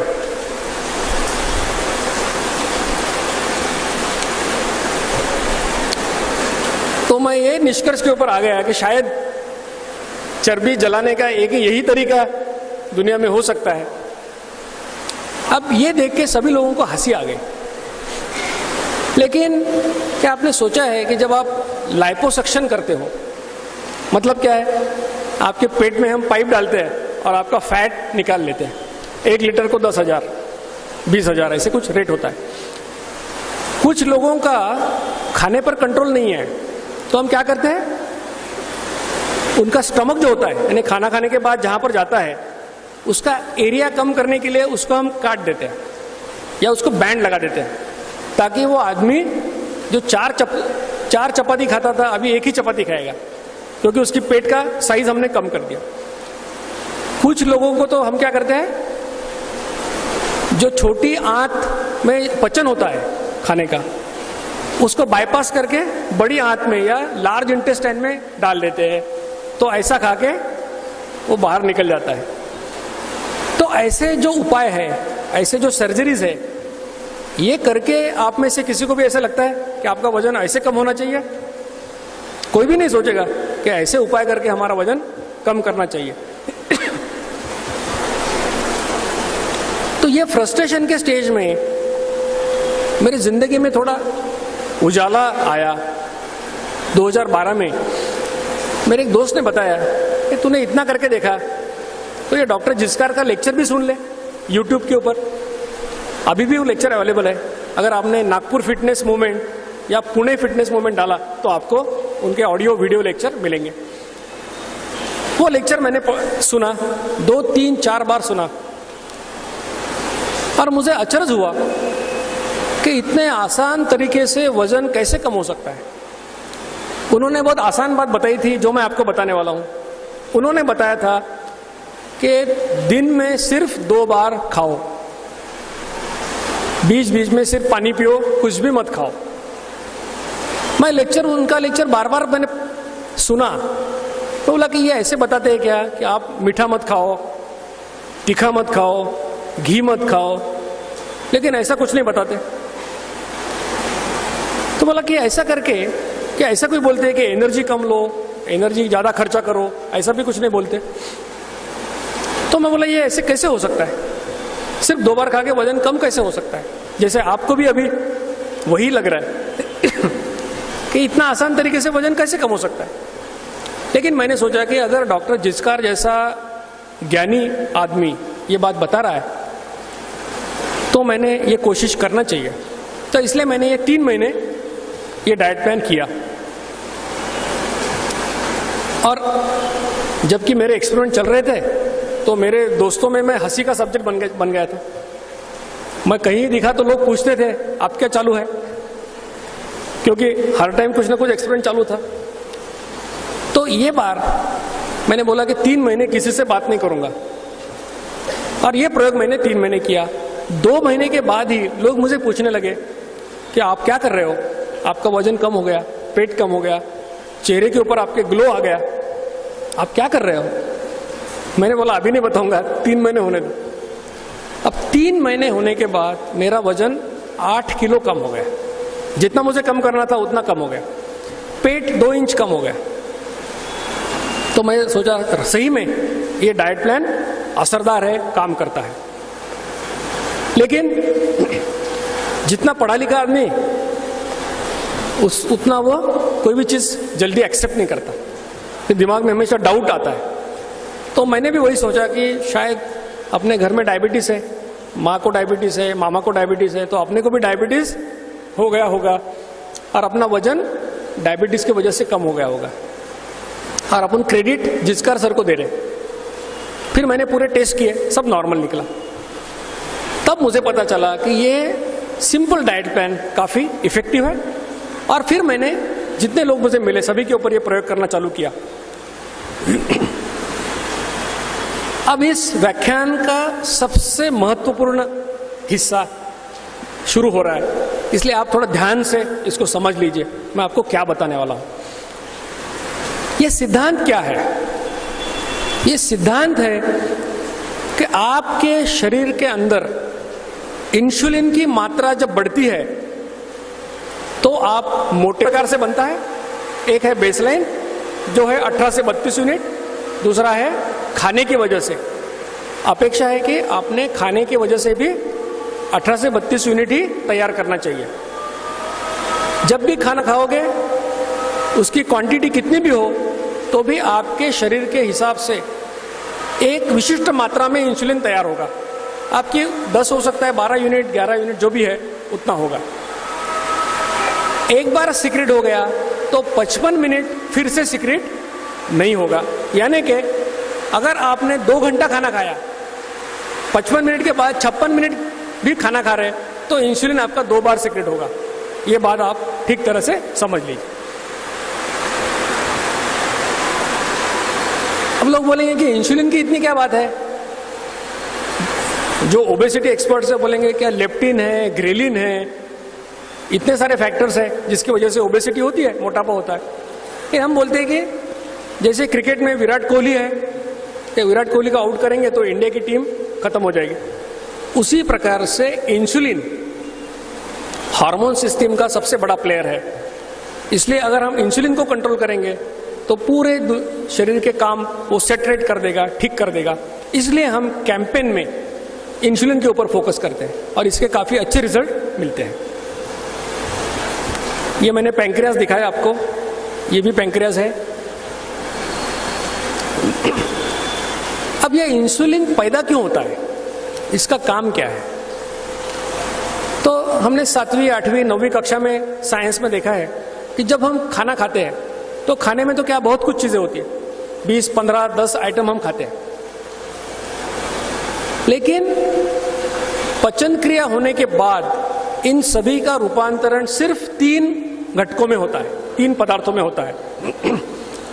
जो कर्बोदक या कार्बोहाइड्रेट्स खाते हो उसका रूपांतर होता है ग्लूकोज में। जो प्रोटीन्स या प्रोटीन्स खाओगे उसका रूपांतर होता है अमीनो एसिड्स में। और जो घी या ऑयल खाओगे उसका रूपांतर होता है फैटी एसिड में। मतलब आपके खाने में 15, 20, 40 कितने भी आइटम हो, अल्टीमेटली खून में जो आता है वो ये 3 पदार्थ आते हैं। अब ये इंसुलिन क्या काम करता है? जब आप खाना खाओगे तो इंसुलिन तैयार होता है, आपके खून में इंसुलिन आ गया। इंसुलिन ये एक संग्राहक हार्मोन है, एनर्जी स्टोर करने वाला हार्मोन है, खर्च करने वाला हार्मोन नहीं है, स्टोर करने वाला है। तो क्या करता है ये? आपको मालूम है कि आपके शरीर के अंदर काफी सेल्स, कोशिकाएं हैं, करोड़ों है, और हर कोशिका को या सेल को काम करने के लिए एनर्जी लगती है। जैसे आपकी गाड़ी पेट्रोल पे चलती है, डीजल पे चलती है, उसी प्रकार से हमारे शरीर के सेल्स, इनको ऊर्जा के दो माध्यम है, सोर्सेस है। एक है ग्लूकोज, दूसरा है फैटी एसिड। अब 1 ग्राम ग्लूकोज जलाओगे तो 4 कैलोरीज मिलेंगे, और 1 ग्राम फैटी एसिड जलाओगे तो 9 कैलोरीज मिलेंगे। तो अगर आप सेल हो तो क्या जलाना पसंद करोगे? फैटी एसिड जलाना पसंद करोगे, क्योंकि 1 ग्राम में आपको 9 कैलोरी मिलेगा। उसी तरह से हमारे शरीर के पूरे सेल्स, उनको फैट जलाना अच्छा लगता है। इसको एक्सेप्शन सिर्फ ब्रेन है, कि ब्रेन के सेल्स को सिर्फ ग्लूकोज चलता है, उसको फैटी एसिड नहीं चलता। लेकिन बाकी सभी सेल्स को फैटी एसिड अच्छा लगता है। तो आपके शरीर के अंदर, जब खून के अंदर आपने खाना खाया, पचन हो गया, तो ग्लूकोज आ गया। अब यह खून सेल्स के बाजू बाजू में जा रहा है, सब सेल्स के पास जा रहा है, तो ग्लूकोज डायरेक्टली सेल में चला जाएगा। लेकिन इसमें एक प्रॉब्लम है। वो प्रॉब्लम है कि हर सेल के ऊपर एक ताला लगा हुआ है, हर सेल को एक लॉक लगा हुआ है। इसको हम टेक्निकल लैंग्वेज में इंसुलिन रिसेप्टर बोलते हैं। मतलब खून में ग्लूकोज है, सेल है, लेकिन ये ग्लूकोज डायरेक्टली सेल के अंदर नहीं जा सकती, क्योंकि सेल के ऊपर ताला लगा हुआ है, जिसको बोलते हैं इंसुलिन रिसेप्टर। तो पहले क्या करता है? इंसुलिन ये ताले को खोलता है, तो सेल के अंदर पहले इंसुलिन जाएगा, उसके बाद में ग्लूकोज जाएगा। इसलिए किसी भी सेल को ग्लूकोज चाहिए तो खून के अंदर इंसुलिन का होना जरूरी है। इसको एक्सेप्शन अगेन ब्रेन है, कि ब्रेन के सेल्स डायरेक्टली खून में से ग्लूकोज ले सकते हैं। अब आपके खून के अंदर ग्लूकोज है, वो सेल्स के अंदर चली गई, फिर भी आपने बहुत खाया है और ग्लूकोज बच गया। जैसे कि आपने पैसे खीसे में रखे हैं आपके पॉकेट में, तो पॉकेट भर गया, तो क्या करोगे? पैसे आपके कबर्ड में रखोगे। उसी प्रकार से जो एक्स्ट्रा ग्लूकोज है, उसका रूपांतरण, कन्वर्शन लीवर के अंदर ग्लाइकोजन नाम के पदार्थ में होता है।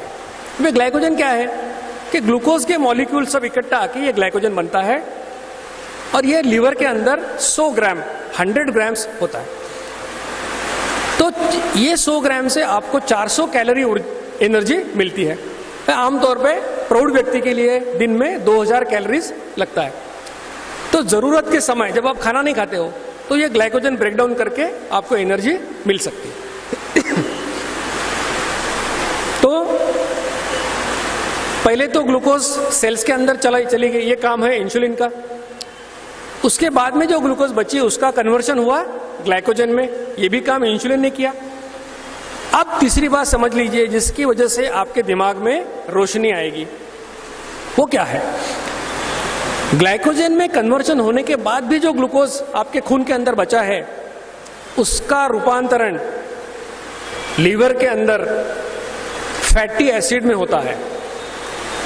यानी कि जो ग्लूकोज बचता है, उसका रूपांतर फैटी एसिड में होता है, और वो चर्बी के रूप में आपके शरीर में जमा हो जाता है। तो काफी लोगों को इस बात का जवाब मिल गया कि मैं तो घी नहीं खाता, कोई ऑयल नहीं खाता, फिर भी मेरा पेट क्यों बाहर आया? क्योंकि जो आपने चपाती खाई, जो आपने चावल खाया, उसका रूपांतरण, उसके से ग्लूकोज का रूपांतरण आपके शरीर के अंदर फैटी एसिड में हो गया। तो आप कुछ भी खाओ, लेकिन इंसुलिन उसका कन्वर्शन फैटी एसिड में कर सकता है। तो पहले तो ग्लूकोज सेल में गई, बाद में ग्लूकोज का कन्वर्शन ग्लाइकोजन में हो गया, उसके बाद में फैटी एसिड में होकर चर्बी के रूप में स्टोर कर लिया। जो अमीनो एसिड है, उसका कन्वर्शन प्रोटीन्स में होता है, और जो फैटी एसिड के रूप में खून के अंदर है, उसका तो स्टोरिंग हो ही जाता है। तो इस तरह से ये इंसुलिन जो है हमारे शरीर के अंदर, ये एनर्जी स्टोर करने का काम करता है और उसकी वजह से हम मोटे हो जाते हैं। जब इंसुलिन की मात्रा बढ़ती है, जिसको टेक्निकल लैंग्वेज में हाइपर इंसुलिनेमिया बोलते हैं, अगर आप गूगल पे जाओगे तो उसके ऊपर काफी रिसर्च पेपर्स आपको मिलेंगे। तो ब्लड प्रेशर बढ़ता है, खून में चर्बी, कोलेस्ट्रॉल बढ़ता है। सबसे भयानक बात क्या होती है, वो है इंसुलिन रेजिस्टेंस।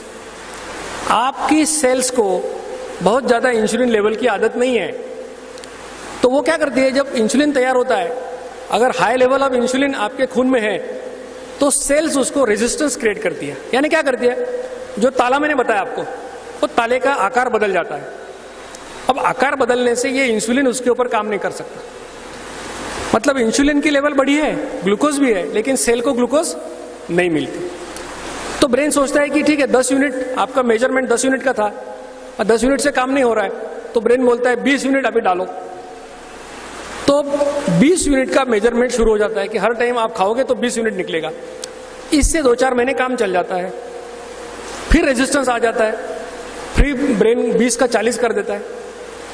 ऐसे करते करते धीरे ऐसी स्टेज आ जाती है कि आपने बहुत सारा इंसुलिन ब्रेन तैयार करता है, लेकिन वो काम नहीं कर सकता। तो इसलिए ग्लूकोज आपकी खून में बहती है, यूरिन में से निकल जाती है और आप दुबले पतले होने लगते हो।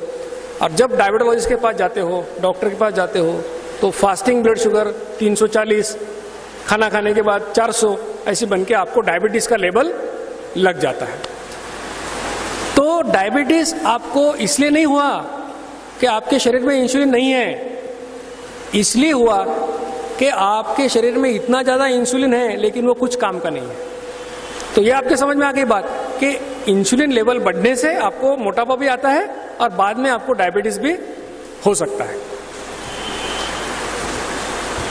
अगर इंसुलिन कम हो जाएगा तो क्या होता है, पहले तो खून में जो आपके ग्लूकोज है वो यूज होगा,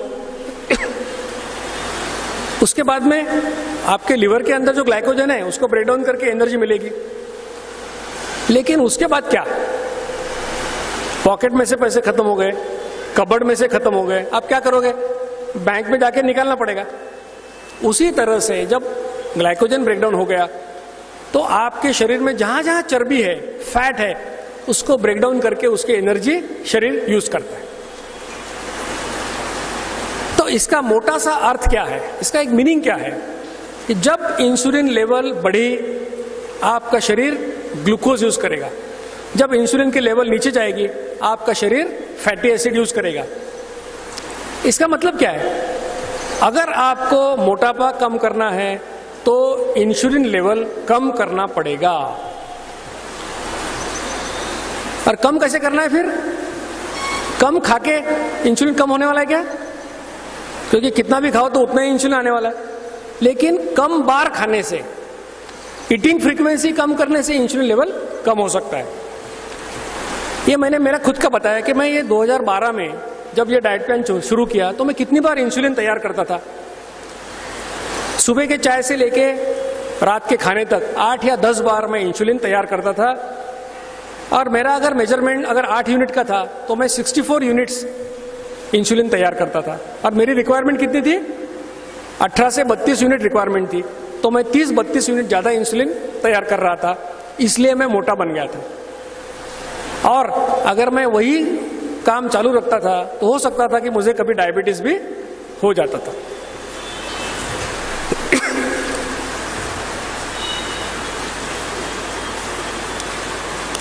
इसको एक बार पढ़ लीजिए, ये सबसे काम की बात है। अभी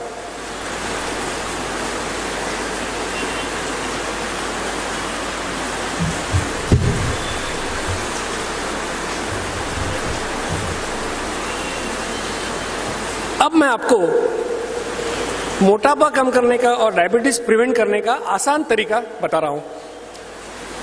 सबसे पहली बात है कि आपको कड़ी भूख कब लगती है दिन में, वो 2 टाइम आइडेंटिफाई करो। आम तौर पर हम सभी को 2 बार अच्छी भूख लगती है। बहुत सारे लोगों को अच्छी भूख का एहसास ही नहीं होगा। क्योंकि भूख लगने से पहले ही खाते हैं कुछ ना कुछ, तो इसलिए उनको मालूम ही नहीं है कि अच्छी भूख कैसी होती है। तो अगर आपको नहीं मालूम तो दुनिया में 2 पैटर्न है। एक जो जैन पैटर्न है, सुबह 9 शाम को 6 बजे, मतलब सूर्यास्त के पहले, तो वो पैटर्न फॉलो करो। नहीं तो दूसरा पैटर्न है दोपहर 1 बजे रात में 9 बजे, दोनों में से कोई भी एक पैटर्न चालू करो। तो कड़ी भूख लगने के 2 टाइम अगर आपको मालूम है, बहुत अच्छी बात, तो वो 2 टाइम फिक्स करो। एक बार टाइम फिक्स करेंगे तो उसी टाइम खाना है। ऐसा नहीं कि आज 11 बजे, कल 12 बजे, परसों 1 बजे, फिर क्या होगा, स्टारवेशन सिग्नल, फिर स्टोर होगी फैट, तो वो नहीं करना है। वो 2 टाइम फिक्स करके उसी टाइम पे खाना है, ठीक है। 15-20 मिनट इधर उधर चलेगा। अगर आपका 10 बजे का टाइम है तो 9:45 से लेके 10:15 तक खाना चालू करो। एक बार खाना खाने बैठ गए तो 55 मिनट के अंदर खाना खत्म होना चाहिए। 55 मिनट खाओ ऐसा नहीं बता रहा हूं। तो कल से फोन, सर हमारा तो 20 मिनट में खत्म होता है, 55 मिनट कैसे क्या खाने का? मैं 55 मिनट खाने को नहीं बोल रहा हूं, मैक्सिमम टाइम 55 मिनट है। अब 55 मिनट क्यों दिया? क्योंकि बहुत लोगों को, किसी को ड्राई फ्रूट खाना है, किसी को दूध पीना है, कोई बोलता है मेरी नानी ने बताया था कि अखरोट खाने से दिमाग अच्छा होता है, उसको अखरोट खाना है, खाओ, जो खाना है खाओ, लेकिन 55 मिनट के अंदर आपको खत्म करना है। ये बात इंपॉर्टेंट क्यों? क्योंकि 56 मिनट खाओगे तो इंसुलिन सिक्रीशन और एक बार होगा, और अपने को इंसुलिन सिक्रीशन एक ही बार करना है खाने में। 2 खानों के बीच में कुछ भी नहीं खाना है। काफी लोग मायूस हो गए कभी कैसा करेंगे, कुछ भी नहीं खाना है तो कैसे? एक जनरल प्रिंसिपल है कि मीठा कम खाओ। डायबिटीज वालों ने तो खाना ही नहीं है, लेकिन जिनको डायबिटीज नहीं है उन्होंने भी शुगर, शक्कर, गुड़, शहद या मीठी चीजें जितनी कम खाओगे उतना अच्छा है। मॉडर्न साइंटिस्ट अभी बोलते हैं कि डायबिटीज के 2 कारण हैं, एक है इंसुलिन, दूसरा है शुगर। तो जितना कम खाओगे आपके हेल्थ के लिए अच्छा है। खाने में प्रोटीन्स बढ़ाओ। क्या कर सकते हो आप? मूंग मटकी खा सकते हो, सोयाबीन खा सकते हो, चीज पनीर खा सकते हो। इससे आपके खाने में प्रोटीन्स बढ़ेंगे। तो क्या क्या बताया मैंने आपको? कड़ी भूख लगने के 2 समय आइडेंटिफाई करो, वो 2 टाइम पे खाना खाओ। खाना खाने में आपको कोई भी परहेज नहीं है, जो भी चीज आपको अच्छी लगती है खा सकते हो, और आज जितना खा रहे हो उतना डाइट प्लान चालू करने के बाद भी खा सकते हो। मैं आपको आधी चपाती भी कम करने के लिए नहीं बोल रहा हूं। सिर्फ क्या करो, आज जितना खाया उतना गिनो और उसको 2 में डिवाइड करो और 2 खानों में खाओ, कोई प्रॉब्लम नहीं। 55 मिनट में खाना खत्म करो, मीठा कम खाओ, प्रोटीन्स बढ़ाओ। ये मैंने आपको बताया। अब जो मैं बता रहा हूं इसको कोई आधार है क्या? शास्त्रीय आधार क्या है? आयुर्वेद ने बताया है 2 काल भुंजति, यानी कि दिन में 2 बार खाओ।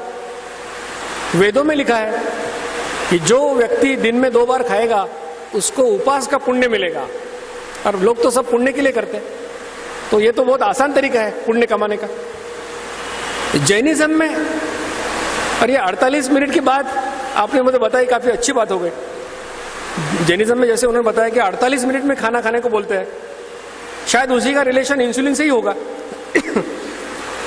तो व्यासना जो कंसेप्ट है, यानी कि एक बार बैठ गए तो खाना खा लो, और दूसरी बार यानी कि 2 आसन 2 बार खाओ, और बीच बीच में अगर क्या करना है आपको तो थोड़ा गर्म पानी, ल्यूकवार्म वाटर पीना है। लेकिन आप लोग बोलोगे हम तो 21st सेंचुरी के मॉडर्न लोग हैं और आप हमको वेद, आयुर्वेद, जैनिज्म बता रहे हो।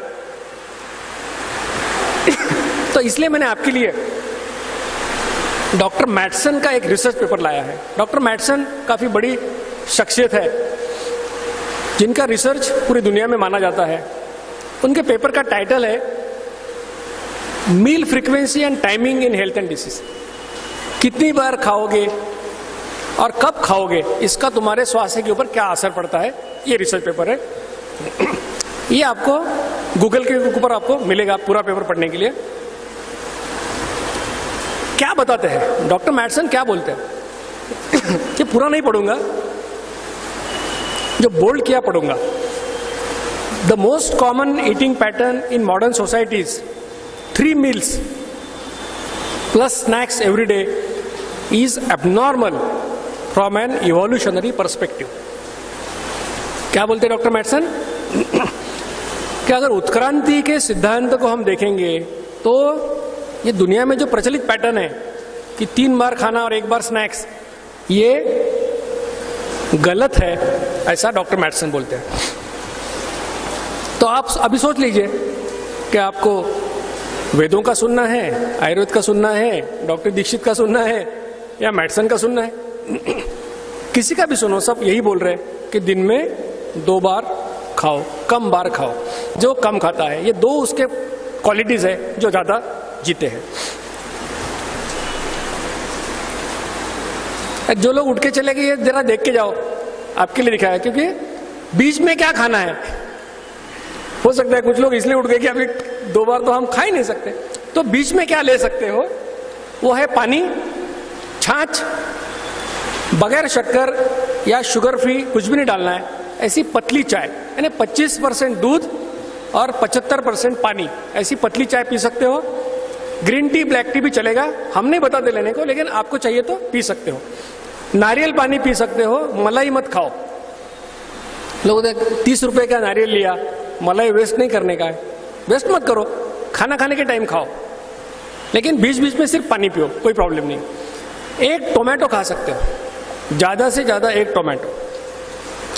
नहीं तो लोगों को टोमेटो खाने की परमिशन दे तो आधा किलो टोमेटो खा जाते हैं, वैसा मत करो। 1 टोमेटो दिन भर में खाने का है। लाल अक्षर में मैंने लिखा है खास कि सबसे अच्छा है कि कुछ भी मत खाओ फॉर बेस्ट रिजल्ट्स। जैसे कि आपको फ्रैक्चर हो गया तो हम आपको बैसाखी देते हैं चलने के लिए, क्यों? कि आपको सपोर्ट सिस्टम होना चाहिए। कि अभी तो आप दिन में 4-5 बार खाते हो और कल से तो अभी सर का लेक्चर हो गया, कल से चालू करेंगे, तो आपको सपोर्ट सिस्टम है ये कि अगर बीच में भूख लगती है, साइकोलॉजिकल लगेगी, तो उस टाइम आप ये सब आइटम ले सकते हो। अब ये आइटम क्यों ले सकते हो? क्योंकि इसके हमने खुद के ऊपर रिसर्च किया है। क्या रिसर्च किया है?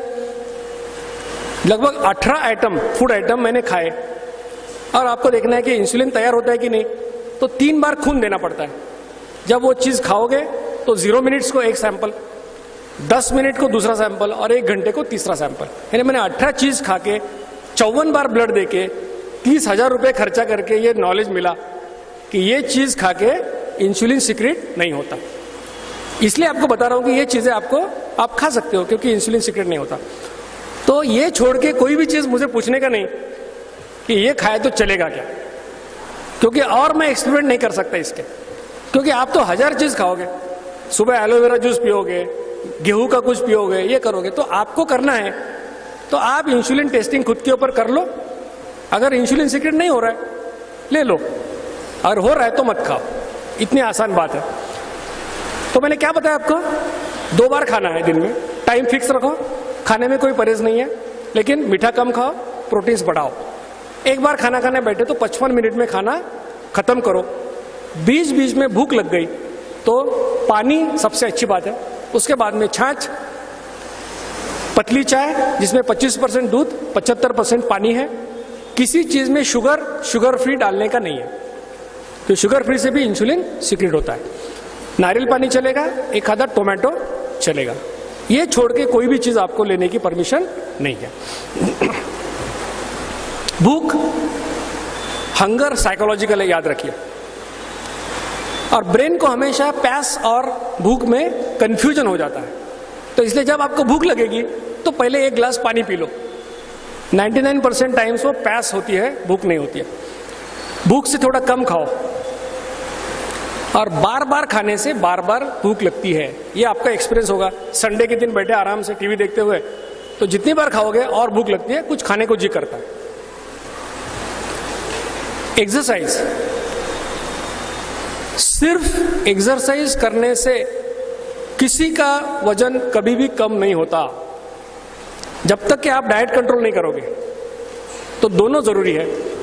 तो हमारे आहार योजना में हम बोलते हैं कि आपको क्या करना है, सिंपल एक्सरसाइज करना है। 45 मिनट में 4.5 किलोमीटर चलना है, और हफ्ते में 6 दिन चलोगे तो भी चलेगा, 1 आध दिन गैप आए तो भी चले, कोई प्रॉब्लम नहीं। लेकिन चलना कैसे? फास्ट वॉकिंग है, यानी कि आपकी सांस लगनी चाहिए, आपका हार्ट रेट बढ़ना चाहिए, ये एक्सरसाइज हम आपको बताते हैं। और बाकी आपको जो भी करना है, योगा करना है करो, जिम वेट ट्रेनिंग करना है करो, लेकिन कंपलसरी क्या है डाइट प्लान के लिए? 4.5 किलोमीटर चलना और फास्ट वॉकिंग जरूरी है। एक्सरसाइज के बारे में एक बात समझ लो कि ये सबके लिए जरूरी है। कोई बोलता है, कोई महिला बताएगी कि मैं दिन भर काम करते रहती हूँ, घर का पूरा काम मेरे पास है। काम करना अलग बात है, एक्सरसाइज अलग बात है। आपके हार्ट को और लंग्स को एक्सरसाइज होना जरूरी है। जो आदमी रास्ते पर पत्थर फोड़ने का काम करता है उसको भी एक्सरसाइज जरूरी है, क्योंकि वो काम में सिर्फ कोई मसल्स उसके डेवलप हो जाते हैं, उसका हार्ट इफिशिएंट नहीं होता, उसको हार्ट अटैक आ सकता है। और एक्सरसाइज कभी भी कर सकते हैं।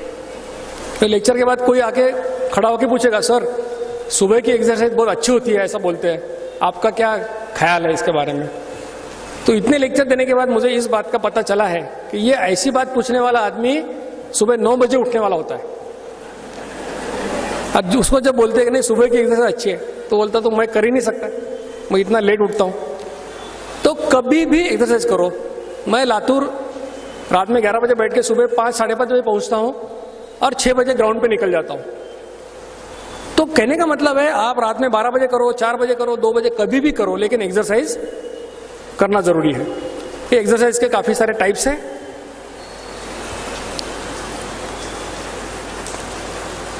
एक बात अच्छी तरह से ये स्लाइड आप समझ लो कि आपका वजन आपको ही कम करना है। मतलब आपको 4.5 किलोमीटर चलना है तो आप किसी आदमी को ऐसे लगा नहीं सकते कि मेरे जगह पे तू चलना चालू कर। आपको कम करना है, कोई भी आपका वजन कम नहीं कर सकता, आप ही कर सकते हो। वजन कम करने का, वेट कम करने का कोई भी शॉर्टकट दुनिया में नहीं है। किसी भी दवा से हमेशा के लिए वजन कम नहीं होता। इंटरनेट पे बिकने वाली बहुत सारी चीजें हैं। एक स्लिम स्वेट बेल्ट आता है, वो आपको बेल्ट पहनते हैं और वो हिलते रहता है, तो आपको पसीना आता है, आपका आधा किलो वजन कम हो जाता है। फिर पानी पियो, फिर बढ़ जाता है, तो 10,000 रुपए तो गए पानी में। और एक बात याद रखो, कल से ये प्लान चालू करोगे, 3 दिन के बाद 4, सर 3 दिन हो गए कुछ भी कम नहीं हुआ। तो वजन बढ़ाने को आपको सालों लग गए, 10 साल लग गए, 12 साल लग गए। कोई औरत बोलते हाँ शादी के टाइम तो मैं 50 किलो की थी और अभी कितनी 80 किलो की हो गई, तो 15 साल में 30 किलो बढ़ गया ना। तो गंवाने के लिए भी 2 साल तो देना पड़ेगा। ऐसा कोई मिरेकल नहीं है, जादू की छड़ी नहीं है कि ये डाइट प्लान करो और 7 दिन में कम हो जाएगा। ऐसा अगर करोगे, ऐसे कुछ क्रैश प्लान्स है, तो पहले आपके बाल झड़ेंगे, आप बीमार पड़ जाओगे, क्योंकि एबनॉर्मल स्पीड से वेट कम करना गलत बात है। तो ये नेचुरल तरीका है, आपका वेट धीरे धीरे कम हो जाएगा। इस डाइट प्लान का या किसी भी डाइट प्लान का इफेक्ट देखना है तो कम से कम 3 महीने आपको उसको सिंसियरली करना पड़ता है। तो 3 महीने में आपको डेफिनेटली फायदा होगा। लोग ही पूछेंगे आपको क्या कर रहे हैं। 2 टेस्ट करने को हम बोलते हैं, जैसे मैंने पहले बताया था कि डायबिटीज के लोग, ये औरंगाबाद में हेडगेवार हॉस्पिटल में 800 रुपए में टेस्ट करते हैं। अपोलो डायग्नोस्टिक्स ने हमारे साथ नासिक, नांदेड़, लातूर, औरंगाबाद में सहयोग किया है। वो लोग ये 550 रुपए में आपको दोनों टेस्ट करा के देते हैं। तो हमारा कैंपेन में कोई डॉक्टर नहीं है, मतलब हमारा कैंपेन का कोई ऑफिशियल डॉक्टर नहीं है, हमारा कैंपेन का कोई लैब नहीं है। लेकिन जो चीज 1200 रुपए में होती है वो 550 में अगर आपको मिल रही है और आपको वो अच्छी लगती है तो आप डेफिनेटली उसका फायदा ले सकते हो। इसलिए मैंने ये औरंगाबाद के जो राहुल वाघ है उनका कॉन्टैक्ट नंबर भी दिया है। वो घर में आके भी सैंपल 50 रुपए शायद कुछ कलेक्ट कर लेते हैं। इसका कैंपेन से कोई कमर्शियल रिलेशन नहीं है। ये एक चैरिटी बोल के ये मदद करते हैं। अगर आपको वो उनका क्वालिटी अच्छा लगता है, रेट अच्छा लगता है, तो आप वो एक्सेप्ट कर सकते हो, नहीं तो आपको किसी भी लैब में आप उसको कर सकते हो। अब वैज्ञानिक सबूत, आयोजकों से मेरा निवेदन है कि अगर मैंने 10 मिनट ज्यादा लिया तो थोड़ा बारिश की वजह से एक रिसर्च पेपर, अगर आप मेरा नाम डॉक्टर जेवी दीक्षित गूगल के ऊपर डालोगे तो आपको रिसर्च पेपर्स मिलेंगे। एक पेपर पब्लिश हुआ international journal of clinical trials August 2014। इसके निष्कर्ष क्या है? 428 लोगों ने 6 महीने के लिए डाइट प्लान किया। एवरेज 6 महीने में 6.8 किलो वजन कम हो गया बगैर पैसे खर्च किया। इसकी रेंज कितनी है? 3 किलो से लेके 20 किलो तक लोगों का वेट कम हो गया। पेट 3.5 सेंटीमीटर कम हुआ। रेंज 1 सेंटीमीटर से लेके 10 सेंटीमीटर तक है 6 महीने में। तो पेट कम हुआ, वेट कम हुआ। इससे डायबिटीज प्रिवेंशन कैसे होता है? इसका पेपर पब्लिश हुआ international journal of health sciences and research 2014 अगस्त में। फास्टिंग इंसुलिन का नॉर्मल लेवल 2 से 25 तक होता है, लेकिन मैंने बताया कि फास्टिंग में जितना कम उतना अच्छा। एक आयुर्वेदिक डॉक्टर मेरे पास आई, मैडम, उनका फास्टिंग इंसुलिन 24.4 था। उन्होंने 1 साल डाइट प्लान किया, वो 5.4 हो गया और उनका वजन 6 किलो कम हो गया। अब इसका मोटे तौर पे अर्थ, इसका मतलब क्या है कि जो काम करने के लिए उनके शरीर को 24 यूनिट इंसुलिन लग रहा था, वही काम 5 यूनिट में चल रहा है। इसका मतलब उनका शरीर इंसुलिन के प्रति सेंसिटिव बन गया है। इसका मतलब क्या है कि इंसुलिन रेजिस्टेंस कम हुआ है। इसका मतलब डायबिटीज दूर चला गया है। तो ये डाइट प्लान से डायबिटीज प्रिवेंशन होता है। अब जब मैंने डॉक्टर जिस्कार का ये प्लान पढ़ा, उसका मुझे फायदा हुआ, तो जिस्कार सर ने लेक्चर में ऐसे बताया था कि जब मैं अगली बार लेक्चर के लिए आऊंगा तो इसके ऊपर मैं किताब लिख रहा हूं और ये किताब मैं आपको दूंगा, ऐसा उन्होंने लेक्चर में कहा था। अनफॉर्चुनेटली एक्सीडेंट में उनका देहांत हो गया। तो जब मुझे फायदा हुआ तो मैंने कहा कि मैं तो प्राध्यापक हूं, लिखता भी हूं, तो उनको श्रद्धांजलि अगर देना है तो इस चीज को दुनिया के सामने लाने के लिए इसके ऊपर किताब लिखना जरूरी है। तो इसलिए मैंने हिंदी, इंग्लिश, मराठी तीनों लैंग्वेज में विनाशयास वेट लॉस, बिना प्रयास वेट लॉस और एफर्टलेस वेट लॉस नाम से किताब पब्लिश किए। और जिस्कार जी के बर्थडे को 14 सितंबर 2013 में नागपुर में उनके मिसेस और उनके दोस्तों के और उनका सांदीपनी एक स्कूल है, उसके वार्षिक समारोह में वो बुक्स रिलीज हो गए। तो ये बुक्स मैंने आपके लिए भी लाए हैं। आपको अगर ज़्यादा जानकारी चाहिए, वैसे मैंने जो अभी व्याख्यान में बताया, इतनी जानकारी आपके लिए काफ़ी है वजन कम करने के लिए और डायबिटीज प्रिवेंट करने के लिए। लेकिन अगर आपको ज़्यादा जानकारी चाहिए तो वो किताबों में मिल सकती है। ये किताब डॉक्टर तुषार बंडगर नाम के केईएम हॉस्पिटल मुंबई के प्रोफेसर है, एंडोक्रिनोलॉजिस्ट। जैसे हमारे यहाँ डॉक्टर फटाले वगैरह है, उसी प्रकार से ये बंबई के एंडोक्रिनोलॉजिस्ट है। उनका अभिप्राय क्या है? उन्होंने ये किताब पढ़ा और मुझे फ़ोन किया कि आपने बहुत अच्छा काम किया है। तो मैंने कहा कि आप ऐसा मत बोलो, ईमेल से मुझे लिख के भेजो तो मैं किताब में छापूंगा आपके नाम से। तो उन्होंने मुझे भेजा। उन्होंने क्या लिखा? इंसुलिन रेजिस्टेंस का मुकाबला करने के लिए इस किताब में बताया हुआ आसान, मुफ्त एवं व्यवहार्य तरीका काफी प्रभावशाली और कारीगर है। ये कौन बोलता है? केईएम हॉस्पिटल बंबई के एंडोक्रिनोलॉजिस्ट का ये बोलना है। कुछ डॉक्टर्स के मैंने सक्सेस स्टोरी आपके लिए लाया हूं, शायद आप लोग उनको पहचानते भी होंगे। कोई जालना, हिंगोली। जब मैं गायनेकोलॉजी कॉन्फ्रेंस में मैंने लेक्चर दिया था तो मैंने गायनेकोलॉजिस्ट और एनेस्थेटिस्ट के सक्सेस स्टोरीज शेयर किए। अभी तो इतने सक्सेस स्टोरी है कि किसी भी डॉक्टर के कॉन्फ्रेंस में उन्हीं के लोगों के सक्सेस स्टोरी में बता सकता हूं। ये डॉक्टर शिल्पा मणियार है जालना से। वजन 61 से 55 हो गया और HbA1c 5.5 से 4.5 हो गया। ब्लड शुगर 115 था, फास्टिंग वो 83 हो गया, यानी कि प्री डायबिटीज से नॉन डायबिटिक हो गए।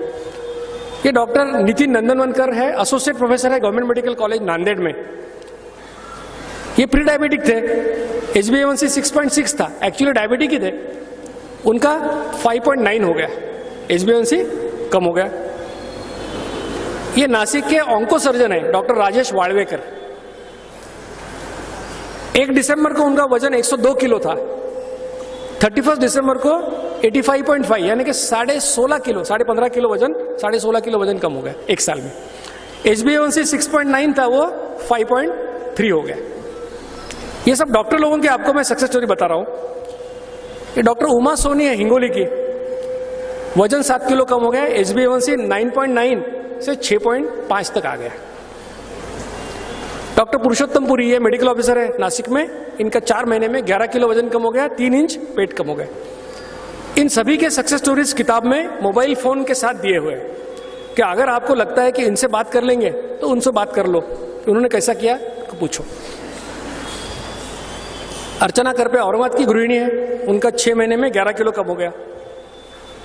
आपके दिल में कोई सवाल आए होंगे कि हम अगर 2 बार खाएंगे तो हमको थकान आ जाएगी, फिर हम कैसे दिन भर दुकान पे बैठे रहते हैं तो हमारा कैसे होगा। इसलिए आपको बताता हूं कि 2013 में दिसंबर में मैंने हाफ मैराथन पहली बार किया मेरी जिंदगी में। हाफ मैराथन का मतलब होता है 21 किलोमीटर आपको भागने का होता है। तो मैंने 2 घंटा 56 मिनट में हाफ मैराथन मैंने भागा। लोग सोचेंगे पहला साल तो ऐसे फ्लूक में मटका लग गया होगा, इसलिए 2014 का है जिसमें 2 घंटा 54 मिनट में मैंने यह डिस्टेंस कवर किया, यानी मेरी उम्र 1 साल बढ़ गई, टाइमिंग 2 मिनट इंप्रूव हो गया। ये 2015 का है, 2 घंटे 46 मिनट में मैंने 21 किलोमीटर भागा। कुशल मार्गदर्शन किया। आपका मार्गदर्शन सदैव हम सभी के लिए अनुकरणीय रहेगा। डॉक्टर साहब के लिए इतना कहना आवश्यक है कि आवश्यकता है समाज को ऐसे किसी उत्साह की व्यवस्था को अभिनव मोड़ दे, ऐसे किसी परवाह की।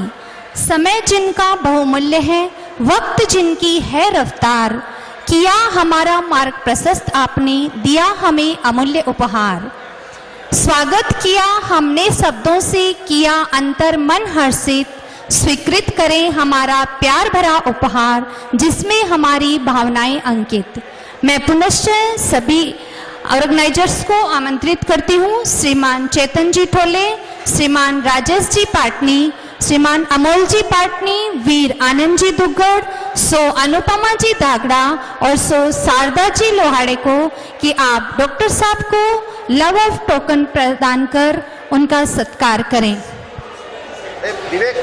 सुने हैं हम तन से रहे निरोगी और मन से भी हो निरोगी, पंच परमेष्ठी को नमन है, पंच परमेष्ठी को नमन है। सारी धरती होवे निरोगी, सारा अंबर भी हो निरोगी, पंच परमेष्ठी को नमन, पंच परमेष्ठी को नमन है। हम तन से रहे निरोगी और मन से भी हो निरोगी, पंच परमेष्ठी को नमन है, पंच परमेष्ठी को नमन है। नमारी हंता नम बोलो, नमो सिद्धानम बोलो, नमो सिद्धानम, नमाय ज्ञानम बोलो, नमो वाचायनम बोलो। करना है नहीं तो नहीं करना है, चक्कर आके गिर गए तो डॉक्टर दीक्षित जिम्मेदार नहीं। तो HbA1c का मतलब क्या है? इसको बोलते हैं ग्लाइकोसाइलेटेड हीमोग्लोबिन। इससे हमको पिछले 3 महीने का आपका शुगर का एवरेज शुगर हमको आपका समझता है। तो ये 5.7 से कम होना चाहिए नॉर्मल आदमी में जिसको कोई बीमारी नहीं है। 5.8 से लेके 6.3 तक इसको हम बोलते हैं प्री डायबिटीज, यानी कि मधुमेह के पहले की स्टेज, डायबिटीज के पहले की स्टेज। यानी कि आपने अगर कुछ नहीं किया तो आपको डायबिटीज होगा, लेकिन ये डाइट प्लान किया तो आप नॉर्मल हो जाओगे। और 6.4 के ऊपर है तो इसको हम डायबिटीज बोलते हैं। तो ये पता चलना जरूरी है, क्योंकि ये डाइट प्लान के 4 फायदे हैं। पहला फायदा है आपका पेट कम हो जाएगा, यही एक डाइट प्लान है जिसमें पहले आपका पेट कम हो जाएगा, आपके गाल जो है चिक्स वो अंदर कभी नहीं जाएंगे। दूसरा फायदा है आपका वजन कम होगा। तीसरा फायदा है कि आपका HbA1c कम हो जाएगा, यानी कि अगर 6 है तो 5.5 हो जाएगा 3 महीने के बाद। यानी कि प्री डायबिटिक हो तो नॉर्मल हो जाओगे, डायबिटीज में हो तो प्री डायबिटीज हो जाओगे, ये फायदा है। और एक टेस्ट जो बोलते हैं वो है फास्टिंग इंसुलिन। इंसुलिन के बारे में मैंने बताया।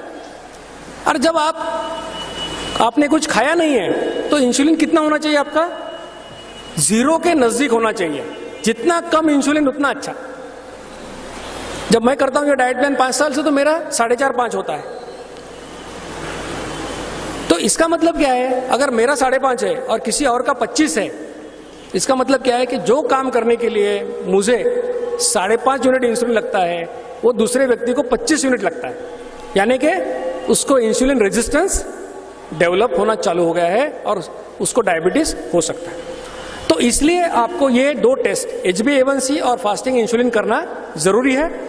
ये डाइट प्लान शुरू करने से पहले दिन आप करो। डायबिटीज है तो आपको ये टेस्ट करने से पहले करना ही नहीं है प्लान। लेकिन अगर डायबिटीज नहीं है तो डाइट प्लान चालू करो। 7-8 दिन के अंदर ये टेस्ट करके मुझे व्हाट्सएप पे रिपोर्ट भेजो।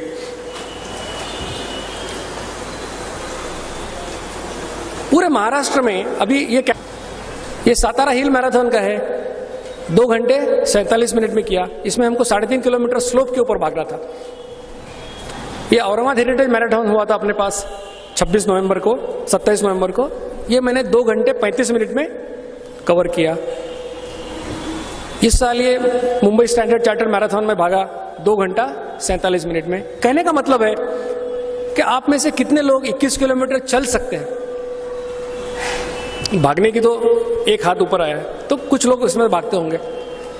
तो कहने का मतलब है कि मेरा स्टेमिना 21 किलोमीटर भागने जैसा है, क्योंकि मैं दिन में 2 ही बार खाना खाता हूं। यानी कि आपका स्टेमिना कम नहीं होगा। दूसरी बात है कि आपके हेल्थ का कोई इंडिकेटर है, वो है हीमोग्लोबिन %।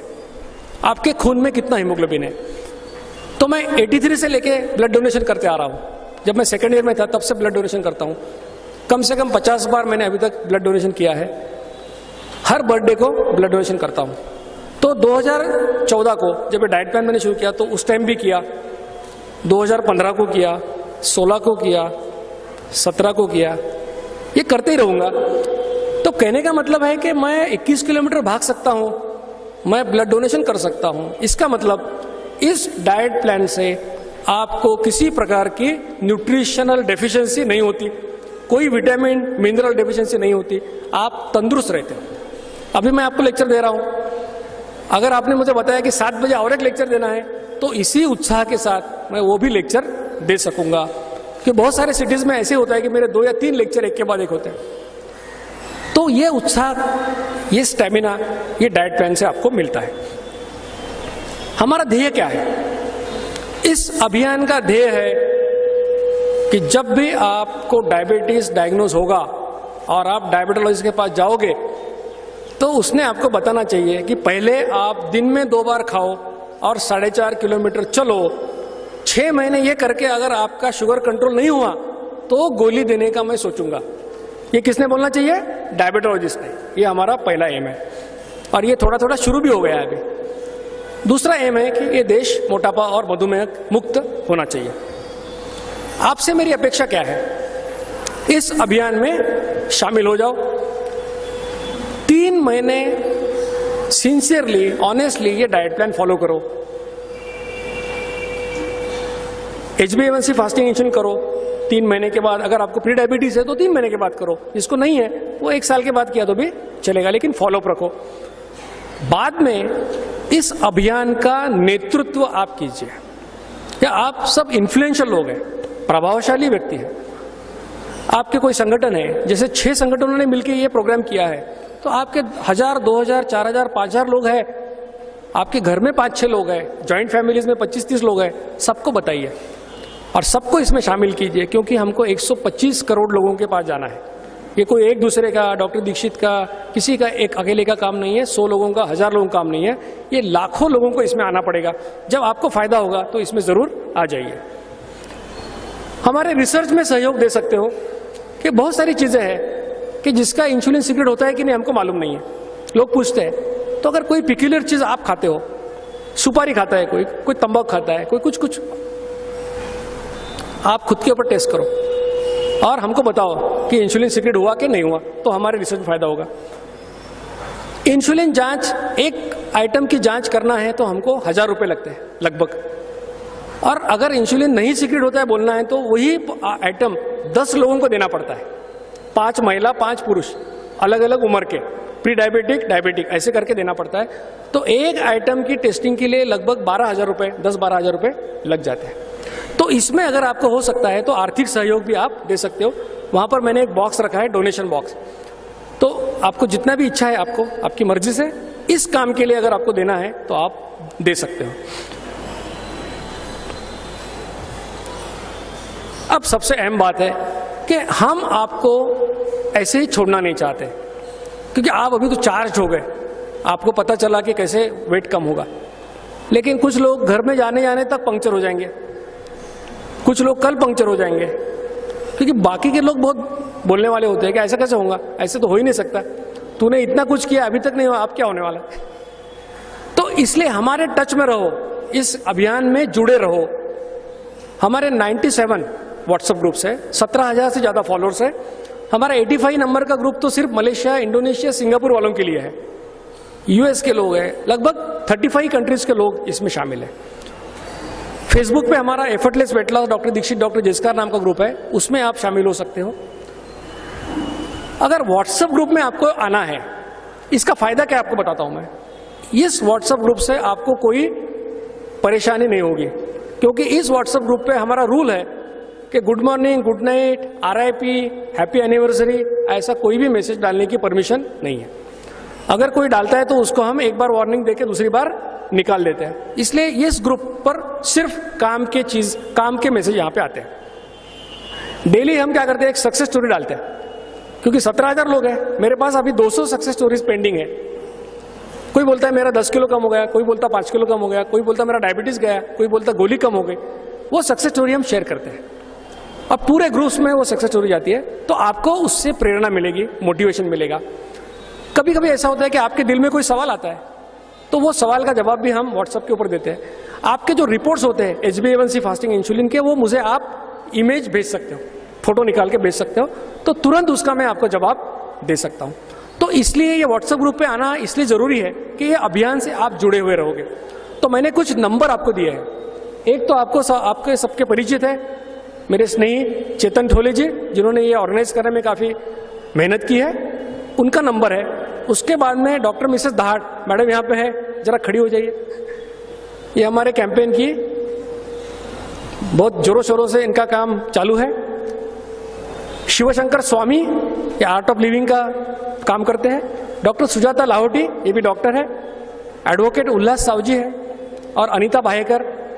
तो ये लोगों में से किसी भी नंबर को आप व्हाट्सएप पे मैसेज कीजिए कि मुझे ग्रुप में शामिल कीजिए, तो वो आपको क्या करेंगे, डाइट प्लान का मैसेज भेजेंगे। जितना भी मैंने लेक्चर दिया उसको नटशेल में, शॉर्ट में हमने मैसेज बनाया, वो मैसेज आपको मिल जाएगा। ये बात आपके समझ में आ गई कि व्हाट्सएप ग्रुप में किस प्रकार से आना है। ये नंबर आपने फोटो भी निकाल के रखा होगा या लिख के रखा होगा। वैसे भी ये प्रेजेंटेशन आपके लैपटॉप में ही है, इसका कोई कॉपीराइट प्रोटेक्टेड नहीं है। जितना भी आपको इसको किसी को दिखाना है दिखा सकते हो। तो ये आपके लैपटॉप में है, कभी भी आप इस मोबाइल नंबर यूज कर सकते हो। अभी मैं इस लेक्चर के आखिरी पड़ाव पर आ गया हूं। इसमें हमको अभी दो चीजें, पहले तो मैं आयोजकों का आभार व्यक्त करता हूं कि इन्होंने मुझे यहां आने का मौका दिया और मेरे विचार आपके सामने रखने का मौका दिया। आप सभी का भी आभारी हूं, जिस प्रकार से आपने मुझे सुना है। अब मैं बता सकता हूं कि not only I am responsible for what I am saying, but I am responsible for what you have understood also. आपने जो समझा है उसकी जिम्मेदारी भी अभी मैं ले सकता हूं, क्योंकि इस प्रकार से आपने इस चीज को सुना है। तो फिर एक बार इस पावन मौके पर मुझे यहां बुलाया, मेरा सम्मान किया, इसके लिए आभार प्रदर्शित करता हूं। इसके बाद में दो चीजें होने वाली है। एक है हमारे कैंपेन के कुछ लोग, उनकी सक्सेस स्टोरी आपको 2 मिनट में बताने वाले हैं। अब शायद राहुल लेख है, प्रभाकरन साहब आए क्या? प्रभाकरन साहब है, तो 2 लोग तो यहाँ पे है। तो मैं इनसे रिक्वेस्ट करूंगा कि आप स्टेज पर आके 2 मिनट में आपकी सक्सेस स्टोरी बताइए। उसके बाद में आपके दिल में कोई सवाल है, कोई भी क्वेश्चन आपको पूछना है तो आप पूछ सकते हो, मैं यहाँ आपके आंसर देने के लिए हूँ। फिर एक बार आपका धन्यवाद। को नमन है पंच परमेष्ठी को नमन है, हम तन से रहे निरोगी और मन से भी हो निरोगी, पंच परमेष्ठी को नमन है, पंच परमेष्ठी को नमन है। जय जिनेन्द्र। जैन धर्म का मर्म यही, संयमित नियमित हो हमारा आहार, वैज्ञानिक आहार पद्धति हमारी जाने इसका गहरा सार, महावीर का आहार विज्ञान आज साक्षात कर रहे डॉक्टर दीक्षित, श्रद्धा प्रणत हो पार्श्व भगवान को माल्यार्पण एवं दीप प्रज्वलन कर गुरु भगवान का पाएं आशीर्वचन। मेरा विनम्र अनुरोध हमारे आज के कार्यक्रम में पधारे हुए विभिन्न संस्थाओं के पदाधिकारीगण, और सर्वप्रथम मेरा निवेदन आदरणीय डॉक्टर साहब श्री जगन्नाथ जी दीक्षित, खंडेलवाल जैन पंचायत के अध्यक्ष श्रीमान ललित जी पाटनी, केरडाई के अध्यक्ष रवि जी वाटम्बार, सकल जैन समाज के उपाध्यक्ष विलास जी साव जी, महावीर जन कल्याणक समिति के अध्यक्ष ऋषभ जी कासलीवाल, तेरापन जैन श्वेतांबर तेरापन सभा के पूर्वाध्यक्ष श्रीमान चांदमल जी सासुराना, एडवोकेट M.R. बड़जाते, सुनील जी सेट्टी, कुणाल जी सेट्टी, प्रशांत तेलवाड़कर लोकमत से, इन सभी महानुभावों से मेरा निवेदन है कि भगवान को माल्यार्पण कर एवं दीप प्रज्वलित कर आज के कार्यक्रम का शुभारंभ करें। गुरु परिवार के वरिष्ठ कार्यकर्ता, तरुण सागर जी महाराज के कार्यक्रमों के मुख्य संचालक, कचनेर अतिशय क्षेत्र के वाइस प्रेसिडेंट, सेक्टा जिला परिषद स्कूल के प्रिंसिपल, जिन्होंने दिल्ली में तरुण सागर जी महाराज की बुक से 36,000 बुक से पिरामिड बनाकर गिनीज बुक में अपना नाम दर्ज कराया है, ऐसे बहुमुखी प्रतिभा के धनी श्रीमान प्रवीण जी लोहाड़े आज हमारे बीच उपस्थित हैं। मेरा भाव भरा निवेदन है आपसे आज के कार्यक्रम की प्रस्तावना एवं सम्माननीय डॉक्टर दीक्षित जी का परिचय प्रस्तुत कर उन्हें ससम्मान आमंत्रित करने हेतु सादर आमंत्रित है आदरणीय श्री प्रवीण जी लोहाड़े। खान पान इनसे फाइट करने के लिए अपना स्वास्थ्य एवं भोजन की वैज्ञानिक पद्धति, इस कार्यशाला का आयोजन आज डॉक्टर जगन्नाथ जी दीक्षित के मार्गदर्शन में किया जा रहा है। मेरा सविनय अनुरोध है हमारे आज के कार्यक्रम के आयोजक संस्थाओं के पदाधिकारीगणों से, श्रीमान चेतन जी ठोले, श्रीमान राजेश जी पाटनी और सादा जी लोहाड़े से कि आप आज के हमारे प्रमुख मार्गदर्शक सम्माननीय डॉक्टर जगन्नाथ जी दीक्षित का यूनिक प्रोग्राम है और ये एक ड्राइव है, मोमेंटम है। सर को हम मिले और सर के साथ हम बात करने का इतने प्रभावित हुए कि 6 ऑर्गेनाइजेशन मिलकर ये प्रोग्राम आज किया है। करीब 600 लोग आज इस प्रोग्राम में शामिल हुए। शायद ये 6,000 लोगों तक ये कल 2-4 दिन में पहुंच जाएगा और मैं खुद पर्सनली इससे प्रेरित हूँ और मैं कल से सर का ग्रुप ज्वाइन करूँगा। तो हम लोग बहुत दिल से आभारी है सर के कि उन्होंने समय दिया यहाँ आए और इतना बड़ा वो एक्टिविटी कर रहे हैं। और शायद ये कमिटमेंट यहाँ से पूरे परिवार से, हमारे जैन परिवार से है कि हम तन मन धन से सर के साथ। कैमरामैन मोहम्मद अब्दुल मन्नान के साथ मोहम्मद अब्दा इंसेफ टीवी के लिए औरंगाबाद। नमस्कार, मैं चेतन ठोले हूँ और मैं पिछले 4 महीने से सर का डाइट प्लान फॉलो कर रहा हूँ। मुझे शुगर डिटेक्ट हुआ था और शुगर डिटेक्ट होने के बाद जो मुझे मेडिकेशन सर ने बताया था वो इंस्टामेट और डोमिक्रॉन बोल के गोली थी। ये 2 गोलियों का जो क्वांटिटी है वो मेरा डाइट प्लान करने के बाद 50% पे आ गया। लॉकडाउन में अब 60 mg को अब 30 mg पे ले रहा हूँ और इंसामिट की गोली वैसे कंटिन्यू है। बट बहुत जल्दी मुझे अब यकीन आ गया है कि ये इससे मेरी गोली छूट जाएगी। तो मैं बहुत बहुत आभारी हूँ उस डॉक्टर जगन्नाथ दीक्षित सर का, और उनकी वजह से मुझे एक नया उत्साह मिला है, नया चालना मिली है ये काम करने के लिए। बहुत बहुत धन्यवाद। I lost 10 kg in 4 months with his effortless weight loss program, and it is very good. I think so each and everyone have to follow this. And you are looking my, I don't have the proof, but it is very useful and very good plan which we can follow in easy effort. That's why it is effortless. और कोई बोल? आज के fast food ज़माने में doctor साहब ने जो दिखाया है, जिस सिद्धांत से उन्होंने जिस पद्धति से खाना किस तरह से खाना चाहिए, इसका एक लॉजिक या एक पद्धति टेक्निक साइंटिफिक रीज़न के साथ में और उसके प्रूफ के साथ में बताया, ये आज के युवाओं के लिए बहुत बेहतरीन नई पीढ़ी नई युवा जो इन्हें फॉलो करे और अपना स्वास्थ्य कम पैसों में, कम टाइम में, कम खर्च में अच्छा बनाए, यही पद्धति है। डॉक्टर जगन्नाथ दीक्षित जो उपक्रम चला रहे हैं, हकीकत में आज जो भारत की जो पहले से ऋषियों से चली आ रही परंपरा है, जो योगा की परंपरा चला रहे आ रहे थे, लेकिन आज की तारीख में जो पाश्चिमात्य संस्कृति की वजह से और जो लाइफ जो फास्ट हो चुकी है, उसमें जो लाइफस्टाइल है वो चेंज हो चुकी है।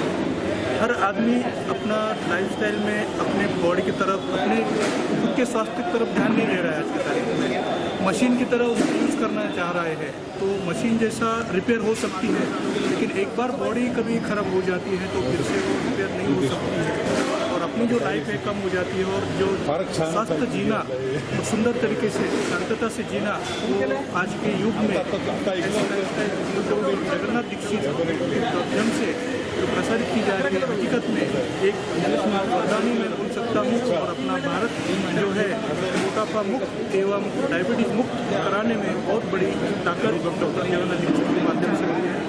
बहुत धन्यवाद।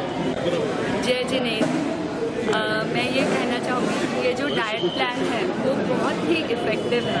मतलब हम लोगों ने अभी तक अलग अलग प्लान सुने, कुछ ट्राई भी किए, लेकिन ये जो है इसमें ऐसा नहीं है कि आपको ये नहीं खाना है या ये इतना ही खाना है, ऐसा कुछ भी नहीं है। तो वो थोड़ा शुरू में डिफ़िकल्ट लगता है कि 2 ही बार खाना है, लेकिन आप जैसे जैसे उसको फॉलो करोगे वैसे आपको उसकी आदत पड़ जाएगी, और ये सबसे बेस्ट प्लान है मेरे हिसाब से। Thank you. डॉक्टर दीक्षित जी का शुक्रिया अदा करना चाहता हूँ, इसलिए कि 25 मार्च मेरा वज़न 115 किलो था। काफ़ी सारे डाइट प्लान फॉलो किए, थैंक्स टू जिनके पास में आया, उन्होंने जिस तरह का डाइट प्लान किया, सुबह में डेली 1 घंटा 10 मिनट करना और 2 समय खाना खाना, उससे आज 3 महीने के बाद में मेरा वजन 115 से घट गया 104 किलो हुआ। इसके लिए मैं उनका बहुत शुक्रिया अदा करना चाहता हूँ, और इस वजन घटने से मेरा स्नोरिंग जो है वो भी बहुत कम हुआ। बहुत बहुत धन्यवाद। मेरा नाम नितिन कांतिलाल दुबे है। मैं फोक्सवैगन कंपनी में ऑफिस डिवीजन में कार्यरत हूँ। मुंबई में रहता हूँ और रहने के लिए मैं औरंगाबाद हूँ। Thank you.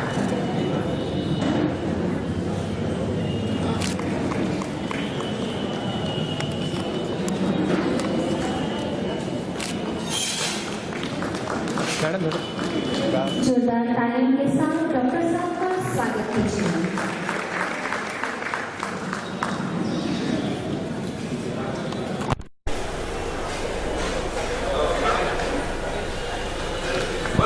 सभी पदाधिकारी